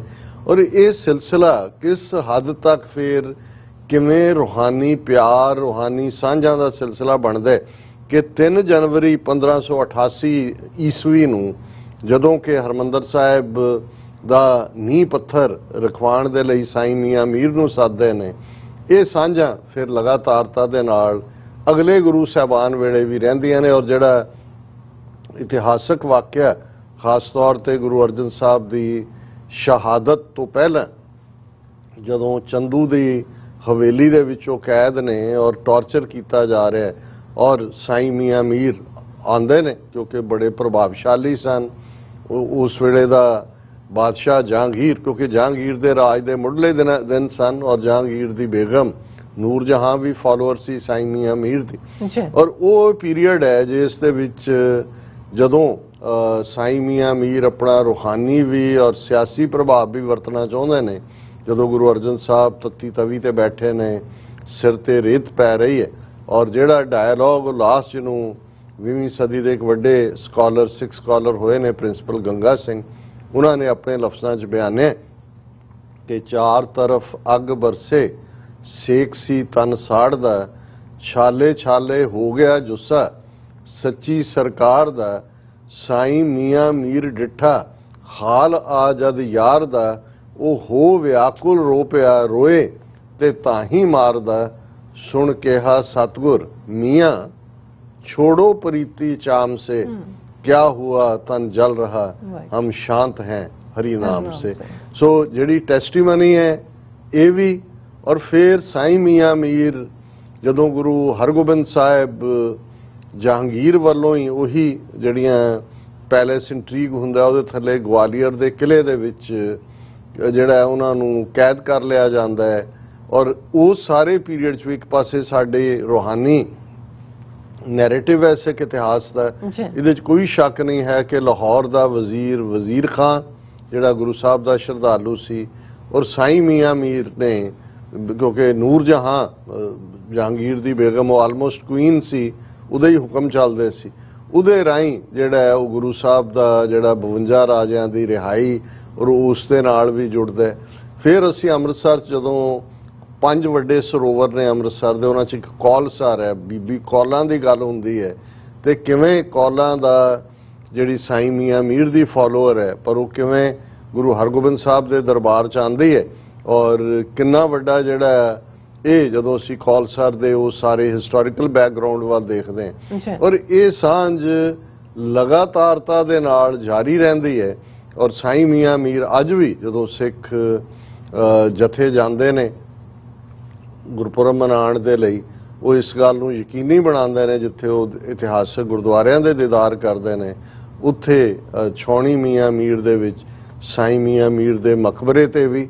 ਔਰ ਇਸੇ ਤਰ੍ਹਾਂ ਪਾਕ ਪਤਨ 'ਚ ਬਾਬਾ ਫਰੀਦ ਜਿਨ੍ਹਾਂ ਦਾ ਕਲਾਮ ਗੁਰੂ ਗ੍ਰੰਥ ਸਾਹਿਬ 'ਚ ਦਰਜ ਹੈ। ਜੀ। ਔਰ ਮੈਂ ਗੱਲ ਤਾਂ ਹੋਰ ਵੀ ਵੇਰਵੇ ਨਾਲ ਕਰਨਾ ਚਾਹੁੰਦਾ ਸੀ ਕਿ ਭਾਈ ਕਿਵੇਂ ਕਿਸ ਲੈਵਲ ਦੇ ਇਹ ਫਕੀਰ ਸੀ। ਇੱਕ ਵਾਕਿਆ ਜਿਹੜਾ ਉਹਨਾਂ ਦੇ ਜਿਨ੍ਹਾਂ ਨੇ ਬਾਇਓਗ੍ਰਾਫੀਜ਼ ਲਿਖੀਆਂ, ਉਹਨਾਂ ਨੇ ਜਹਾਂਗੀਰ ਦੇ ਨਾਲ ਜਿਹੜਾ ਉਹ ਮੁਲਾਕਾਤ ਦਾ ਜਦੋਂ ਜਹਾਂਗੀਰ ਮਿਲਣ ਆਇਆ ਔਰ ਉਹਨੇ ਦੇਖਿਆ ਕਿ ਜਿੱਥੇ ਸਾਈਂ ਮੀਆਂ ਮੀਰ ਸਨ, ਉਹਦੇ ਆਲੇ ਦੁਆਲੇ ਉਹਨਾਂ ਨੇ ਦਰਬਾਨ ਜਿਹੜੇ ਤਾਇਨਾਤ ਕੀਤੇ ਹੋਏ ਸੀ ਕਿ ਕੋਈ ਵੀ ਅੰਦਰ ਨਹੀਂ ਆ ਸਕਦਾ ਬਿਨਾਂ ਆਗਿਆ ਤੋਂ। ਜੀ। ਔਰ ਕਹਿੰਦੇ ਨੇ ਕਿ ਜਹਾਂਗੀਰ ਨੂੰ ਵੀ ਉਹਨਾਂ ਨੇ ਰੋਕਿਆ ਕਿ ਜੀ ਸਾਈਂ ਜੀ ਦਾ ਹੁਕਮ ਹੈ, ਨਹੀਂ ਆ ਸਕਦਾ। ਉਹ ਭਰਿਆ ਪੀਤਾ ਬਾਦਸ਼ਾਹਾਂ ਦੀ ਇੱਕ ਆਪਣੀ ਈਗੋ ਹੁੰਦੀ ਹੈ। ਔਰ ਉਹ ਜਦੋਂ ਫਾਈਨਲੀ ਉਹਨੂੰ ਅੰਦਰੋਂ ਇਜਾਜ਼ਤ ਮਿਲੀ, ਉਹ ਆਇਆ ਤੇ ਉਹਨੇ ਜਹਾਂਗੀਰ ਨੇ ਕਿਹਾ ਕਿ ਜੀ ਇਹ ਫਕੀਰਾਂ ਦੇ ਖਾਨਗਾਹ ਉੱਤੇ ਜਾਂ ਦਰਗਾਹਾਂ ਤੇ ਇਹ ਸੰਤਰੀਆਂ ਦਾ ਦਰਬਾਨਾਂ ਦਾ ਕੀ ਕੰਮ ਹੈ ਕਿ ਭਾਈ ਇਹ ਤਾਂ ਖੁੱਲ੍ਹਾ ਹੋਣਾ ਚਾਹੀਦਾ। ਤੇ ਸਾਈਂ ਮੀਆਂ ਮੀਰ ਨੇ ਕਿਹਾ ਇਸ ਲਈ ਕਿ ਹਿਰਸ ਦੇ ਮਾਰੇ ਹੋਏ ਕੁੱਤੇ ਪਰਸ਼ੀਅਨ ਦੇ ਵਿੱਚ ਸੱਗ ਉਹ ਅੰਦਰ ਨਾ ਆ ਸਕਣ। ਸੋ ਉਹਨੂੰ ਸ਼ਰਮਿੰਦਗੀ ਵੀ ਦਿਵਾਈ ਕਿ ਭਾਈ ਇਹ ਤੁਸੀਂ ਇਹ ਜਿਹੜੇ ਫਕੀਰ ਨੇ ਇਹਨਾਂ ਇੱਥੇ ਇਸ ਕਿਸਮ ਦਾ ਜੋ ਤੁਹਾਡੀ ਮਾਨਸਿਕ ਹਾਲਤ ਹੈ ਉਹ ਜੇ ਨਹੀਂ ਹੈ। ਸੋ ਇਹ ਗੱਲ ਸਾਬਤ ਵੀ ਕਰਦੀ ਹੈ ਕਿ ਭਾਈ ਇੱਕ ਪਾਸੇ ਉਸ ਕਿਸਮ ਦੇ ਦਰਬਾਰੀ ਮਜ਼ਹਬ ਨੂੰ ਮੰਨਣ ਵਾਲੇ ਵੀ ਸੀ ਜਿਹੜੇ ਜੋ ਬਾਦਸ਼ਾਹਾਂ ਦੇ ਫਰਮਾਨ ਸੀ ਉਹਦੇ ਤੇ ਮੋਹਰ ਲਾ ਦਿੰਦੇ ਸੀ, ਪਰ ਦੂਸਰੇ ਪਾਸੇ ਉਹ ਨਿਜ਼ਾਮੁਦੀਨ ਔਲੀਆ ਹੋਏ ਦਿੱਲੀ 'ਚ, ਹਜ਼ਰਤ ਸਾਈਂ ਮੀਆਂ ਮੀਰ ਹੋਣ, ਇਸ ਕਿਸਮ ਦੇ ਜਿਹੜੇ ਫਕੀਰ ਵੀ ਸਨ ਜਿਹੜੇ ਦਿਲੋਂ ਰੱਬ ਨਾਲ ਜੁੜੇ ਹੋਏ ਸੀ, ਲੇਕਿਨ ਉਹ ਆਮ ਆਵਾਮ ਦੀ ਤਰਜਮਾਨੀ ਕਰਦੇ ਸੀ, ਬਾਦਸ਼ਾਹਾਂ ਦੀ ਖੁਸ਼ਾਮਦ 'ਚ ਯਕੀਨ ਨਹੀਂ ਸੀ ਰੱਖਦੇ। ਔਰ ਸਾਈਂ ਮੀਆਂ ਮੀਰ ਦੀ ਸਾਂਝ ਤਾਂ ਜਦੋਂ ਜੂਨ 84 ਦਾ ਹਮਲਾ ਹੁੰਦਾ ਭਾਰਤੀ ਫੌਜ ਵੱਲੋਂ ਟੈਂਕਾਂ ਤੋਪਾਂ ਨਾਲ, ਤੇ ਸਾਡੇ ਸ਼ਾਇਰ ਪ੍ਰੋਫੈਸਰ ਹਰਿੰਦਰ ਸਿੰਘ ਮਹਿਬੂਬ ਇਹ ਕਹਿੰਦੇ ਨੇ ਕਿ ਕਿਵੇਂ ਉਹਨਾਂ ਨੇ ਮੀਆਂ ਮੀਰ ਦੇ ਉਸ ਮੁਕਾਮ ਨੂੰ, ਉਸ ਨੀਂਹ ਪੱਥਰ ਨੂੰ ਖੂਨ ਦੇ ਵਿੱਚ ਵੀਟ ਦਿੱਤਾ। ਸੋ ਇਹ ਜਿਹੜੀ ਤੁਸੀਂ ਸਾਂਝਾਂ ਦੀ ਗੱਲ ਕਰਦੇ ਹੋ, ਉਹ ਫਿਰ ਇੱਕ ਦਿਹਾੜੀ ਜਾਂ ਇੱਕ ਵਰ੍ਹਾ ਜਾਂ ਇੱਕ ਸਦੀ ਤੱਕ ਨਹੀਂ, ਇਹ ਅਜ਼ਲਾਂ ਦੀ ਸਾਂਝ ਹੈ। ਜਦੋਂ ਤੱਕ ਇੱਕ ਵੀ ਸਿੱਖ ਇਸ ਧਰਤੀ ਦੇ ਉੱਤੇ ਕਾਇਮ ਹੈ, ਹਰਮੰਦਰ ਸਾਹਿਬ ਔਰ ਇਹ ਸਾਈਂ ਮੀਆਂ ਮੀਰ ਔਰ ਗੁਰੂ ਅਰਜਨ ਸਾਹਿਬ ਦੀ ਰੂਹਾਨੀ ਮੁਹੱਬਤ, ਰੂਹਾਨੀ ਪਿਆਰ, ਇਸੇ ਤਰ੍ਹਾਂ ਭਾਈ ਮਰਦਾਨਾ ਗੁਰੂ ਨਾਨਕ ਸਾਹਿਬ ਦੀ ਬਾਣੀ ਔਰ ਰਬਾਬ ਦੀ ਸਾਂਝ ਇਹ ਇਵੇਂ ਹੀ ਰਹੇਗੀ। ਔਰ ਅਸੀਂ ਅੱਜ ਦਾ ਇਹ ਸਮੁੱਚਾ ਪ੍ਰੋਗਰਾਮ ਹਜ਼ਰਤ ਸਾਈਂ ਮੀਆਂ ਮੀਰ ਦੀ ਨਜ਼ਰ ਕਰਦੇ ਹਾਂ। ਜੀ ਡਾਕਟਰ ਸਾਹਿਬ, ਤੁਹਾਡਾ ਬਹੁਤ ਬਹੁਤ ਸ਼ੁਕਰੀਆ। ਤੁਸੀਂ ਆਪਣੇ ਵਿਚਾਰ ਸਾਡੇ ਦਰਸ਼ਕਾਂ ਨਾਲ ਸਾਂਝੇ ਕੀਤੇ ਨੇ। ਸੋ ਇੱਥੇ ਲੈਣਾ ਬ੍ਰੇਕ, ਔਰ ਬ੍ਰੇਕ ਤੇ ਜਾਣ ਤੋਂ ਪਹਿਲਾਂ ਅਸੀਂ ਆਪਣੇ ਦਰਸ਼ਕਾਂ ਤੇ ਸਰੋਤਿਆਂ ਨੂੰ ਅਪੀਲ ਤੇ ਬੇਨਤੀ ਕਰਦੀ ਵਿਊਅਰਸ ਹੈ, ਜਿਸ ਤਰ੍ਹਾਂ ਕਿ ਤੁਸੀਂ ਜਾਣਦੇ ਹੋ ਕਿ ਟੀਵੀ 84 ਹੱਕ ਸੱਚ ਇਨਸਾਫ ਦੀ ਜਿਹੜੀ ਆਵਾਜ਼ ਹੈ ਉਹ ਬੁਲੰਦ ਕਰ ਰਿਹਾ। ਇਹ ਆਵਾਜ਼ ਤੁਹਾਡੇ ਪਿਆਰ ਸਦਕਾ, ਤੁਹਾਡੇ ਵਿਸ਼ਵਾਸ ਸਦਕਾ, ਤੁਹਾਡੇ ਡੋਨੇਸ਼ਨ ਸਦਕਾ ਹੀ ਹੋ ਰਹੀ ਹੈ। ਸੋ ਅਸੀਂ ਚਾਹਾਂਗੇ ਕਿ ਤੁਸੀਂ ਟੀਵੀ 84 ਦੀ ਚੜ੍ਹਦੀ ਕਲਾ ਲਈ ਵੱਧ ਤੋਂ ਵੱਧ ਡੋਨੇਟ ਕਰੋ। ਡੋਨੇਟ ਕਰਨ ਲਈ ਸਾਡੀ ਵੈਬਸਾਈਟ tv84.tv ਤੇ ਜਾ ਕੇ ਪੇਪਲ ਦੀ ਵਰਤੋਂ ਕਰਕੇ ਵਨ ਟਾਈਮ ਡੋਨੇਟ ਕਰ ਸਕਦੇ ਹੋ, ਮੰਥਲੀ ਡੋਨੇਟ ਵੀ ਕਰ ਸਕਦੇ ਹੋ। ਤੁਸੀਂ ਟੀਵੀ 84 ਦੇ ਨਾਮ ਤੇ ਚੈੱਕ ਬਣਾ ਕੇ ਸਾਨੂੰ ਮੇਲ ਵੀ ਕਰ ਸਕਦੇ ਹੋ ਸਾਡੇ ਇਸ ਪਤੇ ਤੇ 36-01 37th ਐਵਨਿਊ, ਲੌਂਗ ਆਈਲੈਂਡ ਸਿਟੀ, ਨਿਊਯਾਰਕ 11101 USA, ਜਾਂ ਫਿਰ ਤੁਸੀਂ ਸਾਨੂੰ ਫੋਨ ਰਾਹੀਂ ਵੀ ਸੰਪਰਕ ਕਰ ਸਕਦੇ। ਸਾਡੇ ਫੋਨ ਨੰਬਰ ਤੇ 5166191984। ਤੁਸੀਂ ਸਾਨੂੰ ਈਮੇਲ ਵੀ ਕਰ ਸਕਦੇ ਹੋ info@tv84.tv ਤੇ। ਅਸੀਂ ਤੁਹਾਡੇ ਤਹਿ ਦਿਲ ਤੋਂ ਸ਼ੁਕਰਗੁਜ਼ਾਰ ਹੋਵਾਂਗੇ। ਸੋ ਇੱਥੇ ਲੈਣਾ ਬ੍ਰੇਕ ਵਿਊਅਰਸ, ਤੁਸੀਂ ਸਾਨੂੰ ਇਸ ਤਰ੍ਹਾਂ ਬਣੇ ਰਹਿਣਾ। ਮਿਲਦੇ ਹਾਂ ਆਫਟਰ ਦਿਸ ਸ਼ਾਰਟ ਬ੍ਰੇਕ।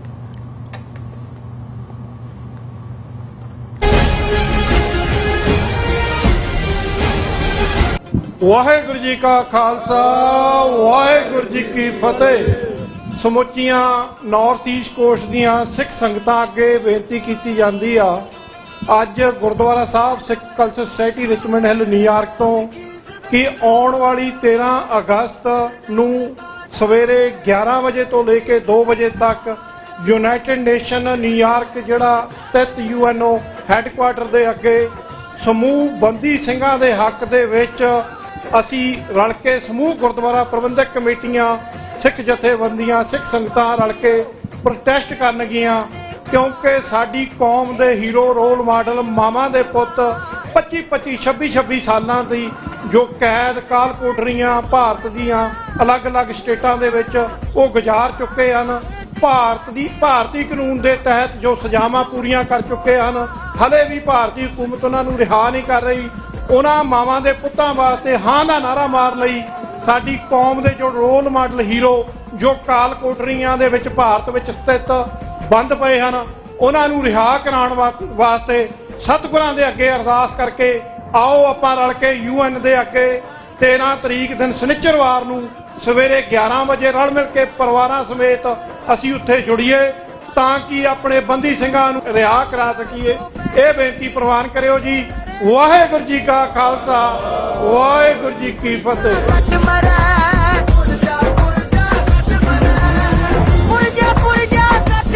ਬਾਬਾ ਬੰਦਾ ਸਿੰਘ ਬਹਾਦਰ ਇੰਟਰਨੈਸ਼ਨਲ ਸਿੱਖ ਸਟੱਡੀ ਨਿਊਯਾਰਕ ਵੱਲੋਂ ਹਰੇਕ ਸਾਲ ਦੀ ਤਰ੍ਹਾਂ ਬਾਬਾ ਬੰਦਾ ਸਿੰਘ ਜੀ ਬਹਾਦਰ ਦਾ ਸ਼ਹੀਦੀ ਦਿਹਾੜਾ ਤੇ ਸਮੂਹ ਸਿੰਘਾਂ ਦੀ ਯਾਦ ਵਿੱਚ 14 ਅਗਸਤ ਦਿਨ ਐਤਵਾਰ ਨੂੰ ਸ਼ਹੀਦੀ ਦਿਹਾੜਾ ਗੁਰਦੁਆਰਾ ਰਿਚਮੰਡ ਹਿੱਲ ਵਿਖੇ ਮਨਾਇਆ ਜਾ ਰਿਹਾ ਹੈ। ਭੋਗ ਦੀ ਸਮਾਪਤੀ ਤੋਂ ਬਾਅਦ ਰਾਗੀ ਢਾਡੀ ਕਥਾਵਾਚਕ ਕੀਰਤਨੀ ਜਥੇ ਹਾਜ਼ਰੀਆਂ ਭਰਨਗੇ। ਅਚੇਚੇ ਤੌਰ ਤੇ ਜਥੇਬੰਦੀ ਵੱਲੋਂ ਉਪਰਾਲਾ ਕੀਤਾ ਗਿਆ ਹੈ। ਡਾਕਟਰ ਸੁਖਪ੍ਰੀਤ ਸਿੰਘ ਜੀ ਉਦਯੋਗ, ਹਰਿੰਦਰ ਸਿੰਘ ਜੀ ਟੈਕਸਸ, ਡਾਕਟਰ ਅਮਰਜੀਤ ਸਿੰਘ ਜੀ ਗੁਰੂ ਨਾਨਕ ਦੀ ਵਿਚਾਰਧਾਰਾ ਨਾਲ ਆਪਾਂ ਨੇ ਕਿੱਦਾਂ ਅਗਾਹ ਰਾਜਪਾਲ ਪ੍ਰਾਪਤ ਕਰਨਾ ਉਸ ਸੰਬੰਧੀ ਚਾਨਣਾ ਪਾਉਣਗੇ। 14 ਅਗਸਤ ਦਿਨ ਐਤਵਾਰ ਨੂੰ ਹਮ ਵਾਕਿਆ ਗੁਰਦੁਆਰਾ ਸਾਹਿਬ ਪਹੁੰਚ ਗਏ। ਗੁਰੂ ਸਾਹਿਬ ਦੀਆਂ ਖੁਸ਼ੀਆਂ ਪ੍ਰਾਪਤ ਕਰੋ ਜੀ। ਵਾਹਿਗੁਰੂ ਜੀ ਕਾ ਖਾਲਸਾ, ਵਾਹਿਗੁਰੂ ਜੀ ਕੀ ਫਤਿਹ।